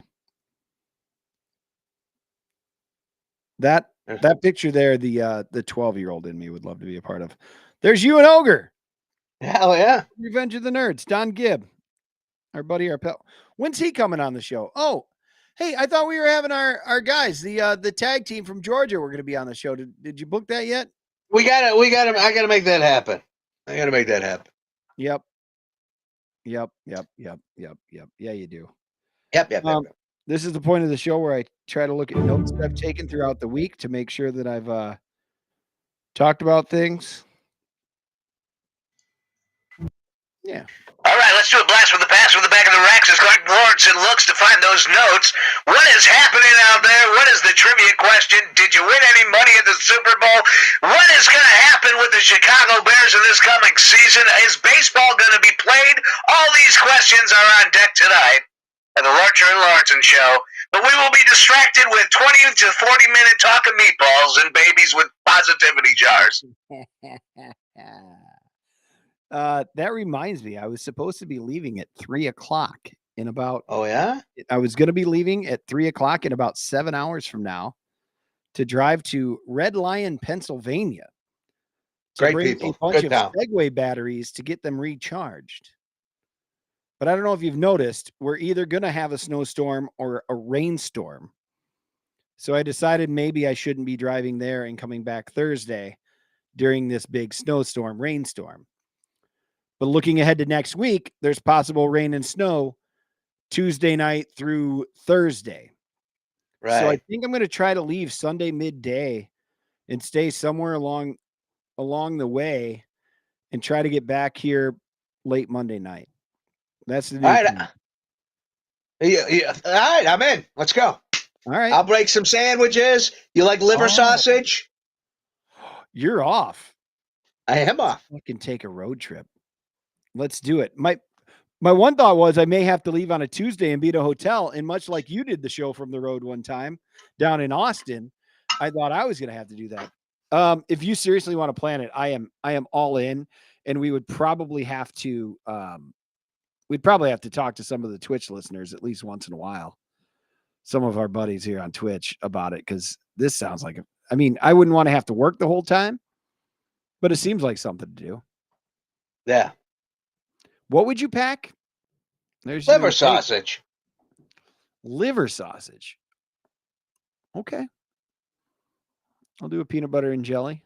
There's you and Pillman back in the day. That's great. Wilson is a big fan of liverwurst, Larcher. Oh, so good, man. I am flying to Arizona on Tuesday, March 22nd. With the whole family.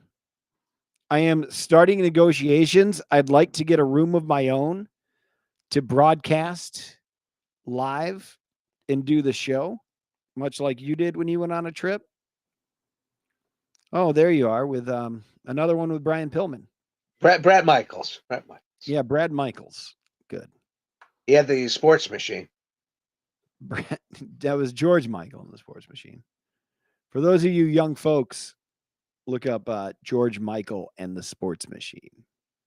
I took that picture. That's pretty good. Is that Archer? Yeah. Lance Archer, not Al Archer. Lance No. Archer. What was your favorite match from our Warriors show on Saturday night, Al?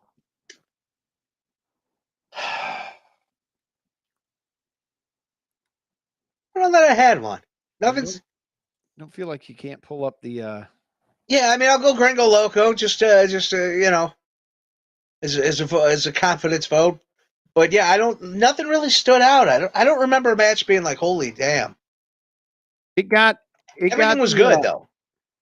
It got the fans behind it, and I told you it was my second time seeing him live. It was very nice to catch him. So, did you like Sam Adonis and Lince Dorado for the Lucha title? No, that one's I don't like that. That Sam Adonis is a turd. Okay, then you yelled at him, he yelled back. One thing about it, you go with Al Larcher to a wrestling show, and he's the best at yelling things. He yelled something at him. Sam Adonis, he came back at him with something about a girl not having a girl or something, like a wrestler would do. The crowd laughed, but then the challenger Dorado, right? Yeah. Dorado Lince Dorado. Belt. He grabbed the Lucha championship belt and was holding it and everything around there. It was good. Yeah. Good. Yeah, I like that. I'm just gonna look real quick. The comedy match, Warhorse and Dalton Castle. Oh yeah, a lot of ass in that match. You mentioned that Warhorse went against Cody. Yeah. Was that on the TNT Open or something? Like when he was doing the Open Championship, or when they had no crowd, right?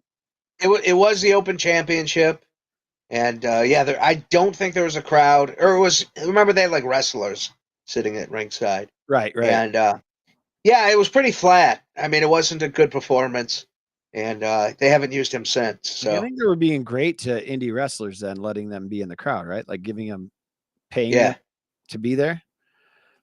Sky Blue and Miranda Elise. Yeah, Sky Blue, 21-year-old Chicago wrestler. Wow. She's just getting started. She's 20, just turned 22. That's amazing. Her total rating on Cage Match, the Internet Wrestling Database, is 7.24 on a 10 scale. Pretty good. From 20 votes. Her average rating is 7.3. Birthplace is New York City. Well, I'll be damned. Sounds like she's local. And then I'm just trying to get an idea of what we saw. You mentioned the four-way with Gringo Loco in there. The Acclaimed against Brian Cage and Casey Navarro. They had a great promo before the match. They got some replays later on. What do you have there, Al? That's my hot dog at the Tokyo Dome. I still have no idea what I ate on top of it, but it was phenomenal. Is that a like I want to bring that to Chicago and can you post that to Twitter real quick, guys? If you stepped away from your show here, Al's going to post it on Larcher and Lawrence on Twitter. What it looked like a mayonnaise. Like I think it was a mayonnaise, and I feel like there was honey. There was like a sweetness to it. What did you think of the dog? I think there were seaweed flakes on top of it. It was fantastic. Okay. It really was. Like it was damn good. Okay. Well, I'm in. I'm absolutely in. You want to talk about the match that I missed? Santana beating Mike Bailey? Yeah, that was an intense match. Santana, of course, fighting Jericho Wednesday night. As there's a feud brewing between Jericho and Santana. It was good to see Santana come and work local. And he was physical, he was violent, and that was probably the match of the night. In all honesty, Speedball was on fire. He was working a heavy kick offense. I believe he probably has a kickboxing background, and it was a tough match, and really enjoyed that one. So. That was when I was walking back to my car because I got paranoid that I might have gotten towed because I was parked right in front of a city building and I didn't remember if I looked at the signs very well. There were parking lot drawings. The space was drawn out. Right. But I thought it was drawn out for city officials maybe. I don't know. I was city officials. It's Cicero. Nobody's official in city. It was single digits and it had just dropped that day. We're sitting there. The match was 17 minutes and 53 seconds. I made it back with 2 minutes left. I was walking there, and then I got halfway back and couldn't remember if I shut the door, shut the back hatch. So I walked back. This guy's sitting next to me, and he goes, I'm paranoid. I need to go check if my car's been towed. And I go to him. I'm like, Clark, let's stop and think about the logic here for a second. If you walk outside in the freezing cold and you go to your car and it's been towed, the rest of your night is ruined. If you sit here and you enjoy the rest of the wrestling show and we go out there and your car is towed, your night is ruined after you had some enjoyment. Or it's still there and there's never been a problem. So sit down and relax. But no, he had to go think in Cicero, Illinois, that they're towing cars. And it was very, very cold. Uh-oh. Are you slandering suburbs there, Larcher? I don't recall. I mean, I don't think you're slandering. I'm a fan of the suburbs. You're the anti-suburb guy. I'm scared of the suburbs. I want the Bears in Arlington Heights. I grew up in Prospect Heights. I don't know where to park in the suburbs. I don't understand. There's anywhere, everywhere. But I don't understand why. Why can I just park anywhere? Like, what is that about? Because there's space. There's space and people can breathe. It's so scary. This is a bit now. You do the whole bit here. Scary in the suburbs. You're a bit. Wow. Did they serve it to you with that bite out of it? No, I had that bite. That bite was me. So all right. I think it's listening on the podcast. Look at Larcher Lawrence on Twitter. But yeah, it looks like it was squeezed out of a tube, the white, which I think looks like mayonnaise. And to me, it looks like the yellow there. You mentioned honey, but it's got more of like a mustardy color to it. And then they got a little like, they threw some oregano on it. What is it? So there was two things I ate in Tokyo. I had no idea what I ate. One of them I suspect was horse meat, which was incredible. Wow. I ate a meat. It was a mystery meat. We tried right there. I tried communicating, asking what it was, and I thought I was asking for more when they brought out a free sample. So that was uncomfortable. But I really just wanted to order more. Like, it was good meat. And then later, when I finally got home, I was like looking up different meats they eat in Tokyo that they wouldn't eat in Chicago, and horse meat was the top runner. And then this hot dog, I still have no idea what was on it. I seem to remember it being sweet, and then that the white is almost like a cream cheese, Oh, okay. and that's honey on top with maybe some seaweed flakes. Oh, okay. What out of 10? What do you give it? It was a good 8. You know, it was that's so great. unique. Yeah. It was so unique to my taste buds. Like, we ended up going to Pizza Hut, and we got pizza, Yeah, how and it Pizza Hut in it Tokyo? was fucking disgusting, man. Really. Like, you know, there was fish all over it, and like it was just bad. Like Well, their idea, it was worse than regular Pizza Hut here. yes, it was different. It was a completely different concept of pizza. I want to ask about And this Tokyo Dome beer that's sitting Yeah. right behind it. Like, you made sure to get that in the frame. Great shot. You did a good job with your shot. I bet you kind of regretted that you didn't get a picture before you took the bite of it. Not really. No? Okay. Well, I mean, I wanted to show a little artist that it's not just art; it's food, man. That was my artistic vision for it. You know, I know you and your hipsters with your twirly mustaches love you know, the shots of untouched food. But I feel like food is best pictured when there's something taken out of it to I show don't that know. this isn't people- performance piece. This if isn't a performance piece. This is food. If we had a poll of all of the generations and cultures and races and everything of all Americans, I think that most would decide that if you're going to do a picture of food and put it somewhere on the socials, it's got to be the full thing. But I do enjoy that you did not. I enjoy yours as well. I just want to let you know that. Okay, I've found a similar hot dog. Here? No, it's like weird things to eat at the Tokyo Dome. Okay. Let's see. American relishes dogs. We take a look at hot dogs or red pepper pork. Yeah, I'm trying to. Anyways, yeah. What were we talking about? Positivity jars. We gotta get a positivity Yeah. jar. Did you find one yet? Yeah. Ladies and gentlemen, if you have a lead on a positivity jar, please get it to us. Dante Martin against Bandito. It was okay. It's And then good. we got to see the Briscoe brothers, them boys against the Workhorsemen. And the Briscoe brothers successfully defended their Ring of Honor World Tag Team Championship there. They were fun. I mentioned to you that they really we saw them 3-4 years ago, and they were great then, but their characters have developed and they're great. Well, you keep saying that. My take is they've always been great, and no. their characters were better when they were younger. I thought they were great 4 years ago. I think they've fine-tuned who they are. I think they're fantastic. I want to see them on TV.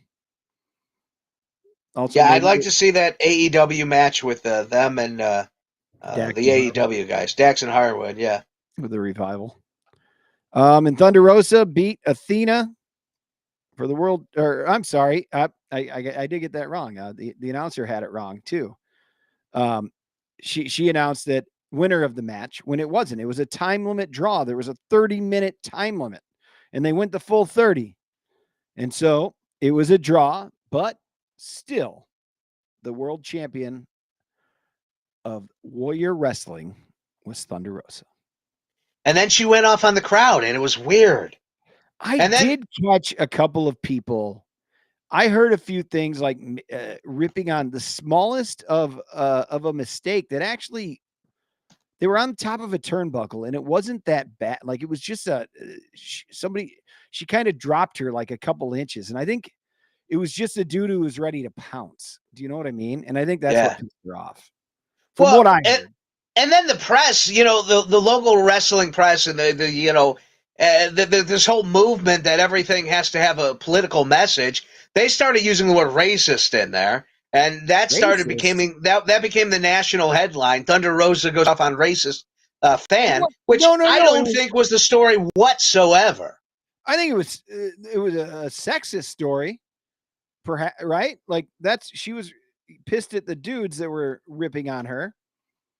It definitely wasn't racist. That's crazy. But I'm telling you, the stories like Cage Inside Seats, Thunder Rosa rips shouting racist remarks during match. Well, that's fucked up. She never once mentioned racist. I don't think so either, but everyone was That's confused as to what the whole thing was. right. She definitely wasn't pissed about racism. That fucking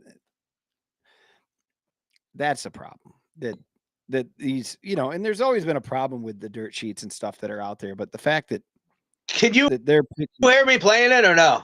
no. Okay.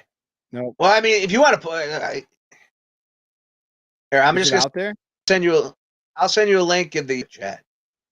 I can do that. I'll try to play it. I'm positive she never said it. But yeah, the whole thing was weird. I felt like I was at like a school like intermission or like a school assembly, and like one of the teachers is going off on all the students, and none of the students know what was going on.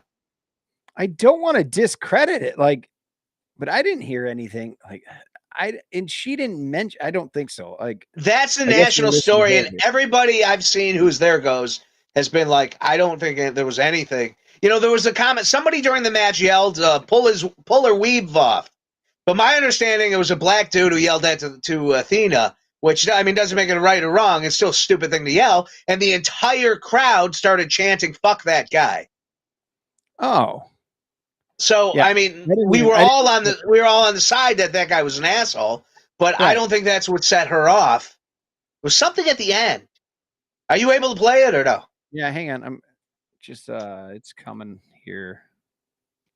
I'm gonna tell everybody that if you're talking shit about what we do today here, have some respect for these women that are putting their lives in danger here. The idiot that was saying bad stuff about us, you don't have no right to talk to us like that. We're just like one of the boys in the back. So if you come to a show and you're being disrespectful to the athletes, you have no right to be here.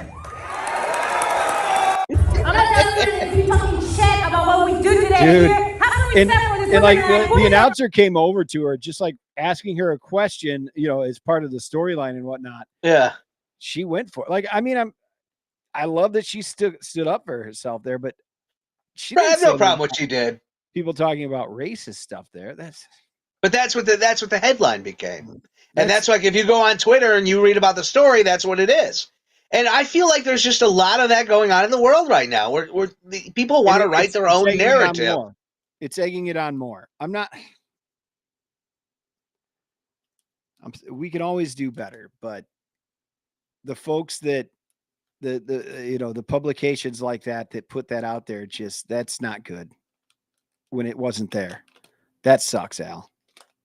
Yeah, it was just. I'm with you. I had no idea that they were calling it racist because yeah. Yep.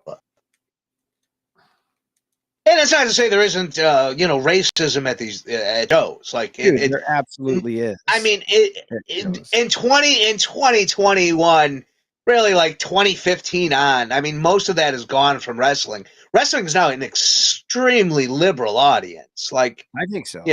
I mean, that's the crowd you get, and everyone's woke, and everybody's all for the women's movement. Most people, But then again, you're in Cicero, Illinois, which is a pretty tough neighborhood. I mean, that's a neighborhood that might not be as woke to women's rights as other areas. Yeah. So, I mean, I don't know. Like, what are you gonna do? Well, but it was a weird. The crowd was a mix of. There were some folks like, so you are great at knowing what's going on, and you're great at yelling things that get the heels to say something back. You're great at at the chants, at chanting things for the face, like the Gringo logo. We had his back during that, right? But there were some people there that weren't quite in the know, and they remember being at wrestling shows and just yelling shit. Did you feel that at all from people? Like, they were just like, oh yeah, this is where he does this. Like, you heard a few people saying things like that, who really didn't know what they were yelling, were just trying to make their friends feel happy. Right. They make their friends laugh, you know? I don't know. It was, yeah. Well, anyways, I really enjoyed the show. I do too. Minus Thunder the Rosa is one of scam. my favorite wrestlers right now. Yeah, Thunder Rosa's on fire.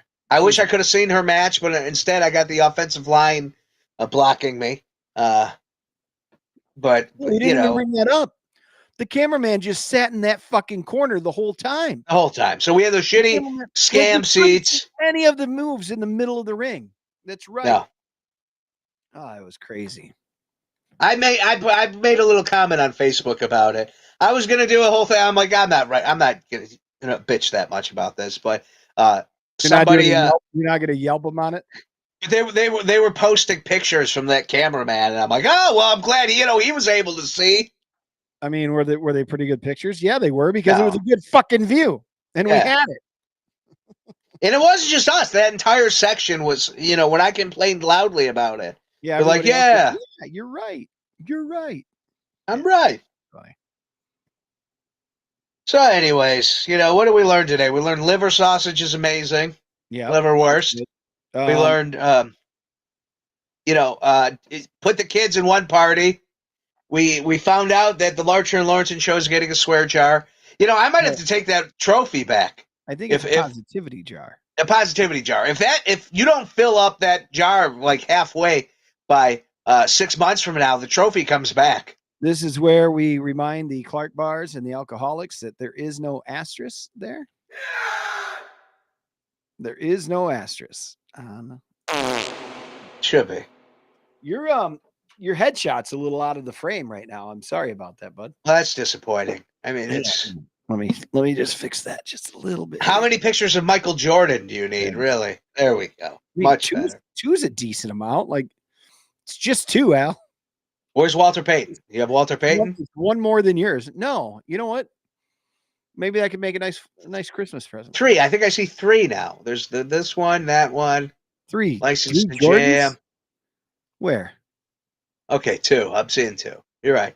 And that's a clock, the License to Jam with the whole thing, found in an alley by an old KJ named Toby and given to me. And then there's the only picture that I've ever seen of my dad playing basketball is right there. That's cool. Playing high school basketball. I didn't see it until he passed. That's really cool. Yeah, it's awesome. It's really damn cool. I made sure that we got that in a frame at the funeral home. So, well, buddy, are you at all serious about taking a road trip with me or no? You said what? Sunday morning?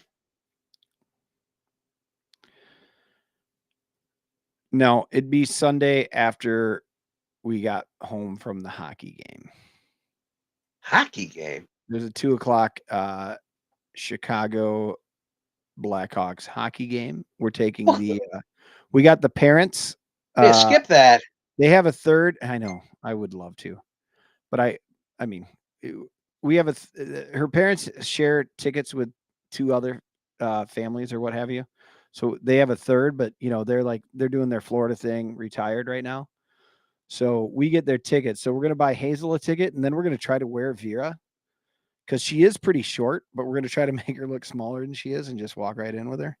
Like, she's 3, I think they actually have an inches limit, and I think she actually does hit it, but we want to make sure. So we're going to get Hazel a standing room only ticket, and then we're going to put them both on our laps do you think that's fair or foul? Is that just being smart parents? The kids are going to sit on your lap for 4 hours in those tight seats? No. We're going to be there for the anthem and maybe for a period. And then we're going to go out and find Tommy Hawk so they can see the mascot and shit. We're going to walk around. It's going to be This sounds like seat abuse. This is I'm against this completely. Are you going to take a beat out of the positivity jar? Yeah, this is negativity. Yeah. The jar is going to be empty for a long time, I feel like. Man, I can't wait to just hear the sound of dropping a positivity bead in your little jar, and then the sound of it pouring out whenever you go too far. I know she heard it too. And I made sure to pour it loud. Oh, gosh. I feel awful. Lauren said to me later, I said, all right. So I figured out a way that she can eat her food again. She goes, yeah, you feel bad about threatening the whole jar? And I go, no, I don't. But I kind of do. I'm going to be honest. I kind of do. I hope Hazel's not watching this now. I don't. You know, this guy's bitching. He's hitting me up here on the phone thing, bitching about how bad Monday Night Raw is and how how can you have positivity for this product? And it's like, don't watch it. There's music I don't like. You know what I do? I don't sit and bitch to everybody about how shitty their music is. Only you, Clark. I just don't listen to it. Yeah, you do.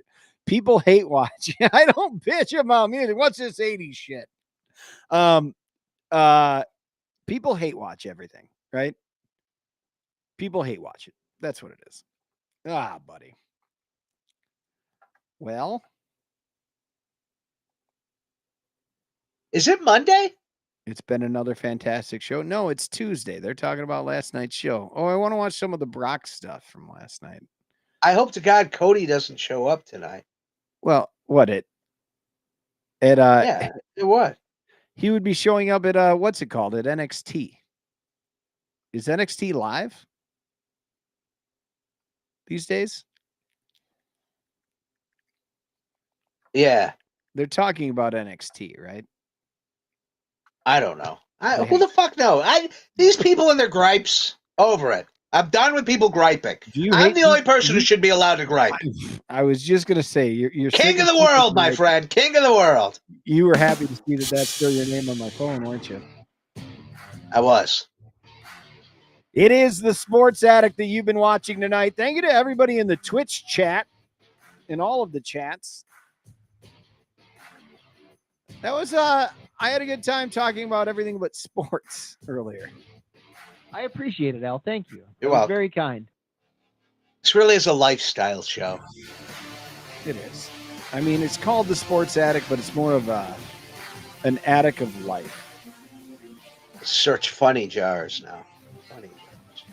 I don't think funny jars is going to get you there. And the Chicago Cubs win the World Series. Boob job fund. I'd like to thank Did I do that? 90 seconds. Well, folks, we'll be back next week at 6:30. Maybe Al and I will have been on a road trip with liverwurst sandwiches. Yeah, we'll get some liverwurst for sure. All right. Until next week, catch us wherever you catch your podcast later. Go download it. Wet out there tonight.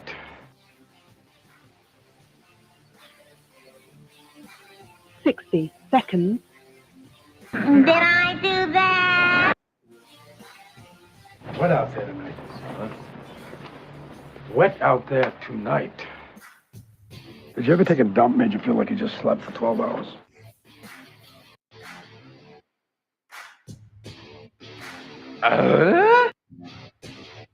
I can't find a good jar. Good night, everybody. Peace and love. Peace and love. If you have a lead on a good jar, send it to us. Good night, Al. Good night, all.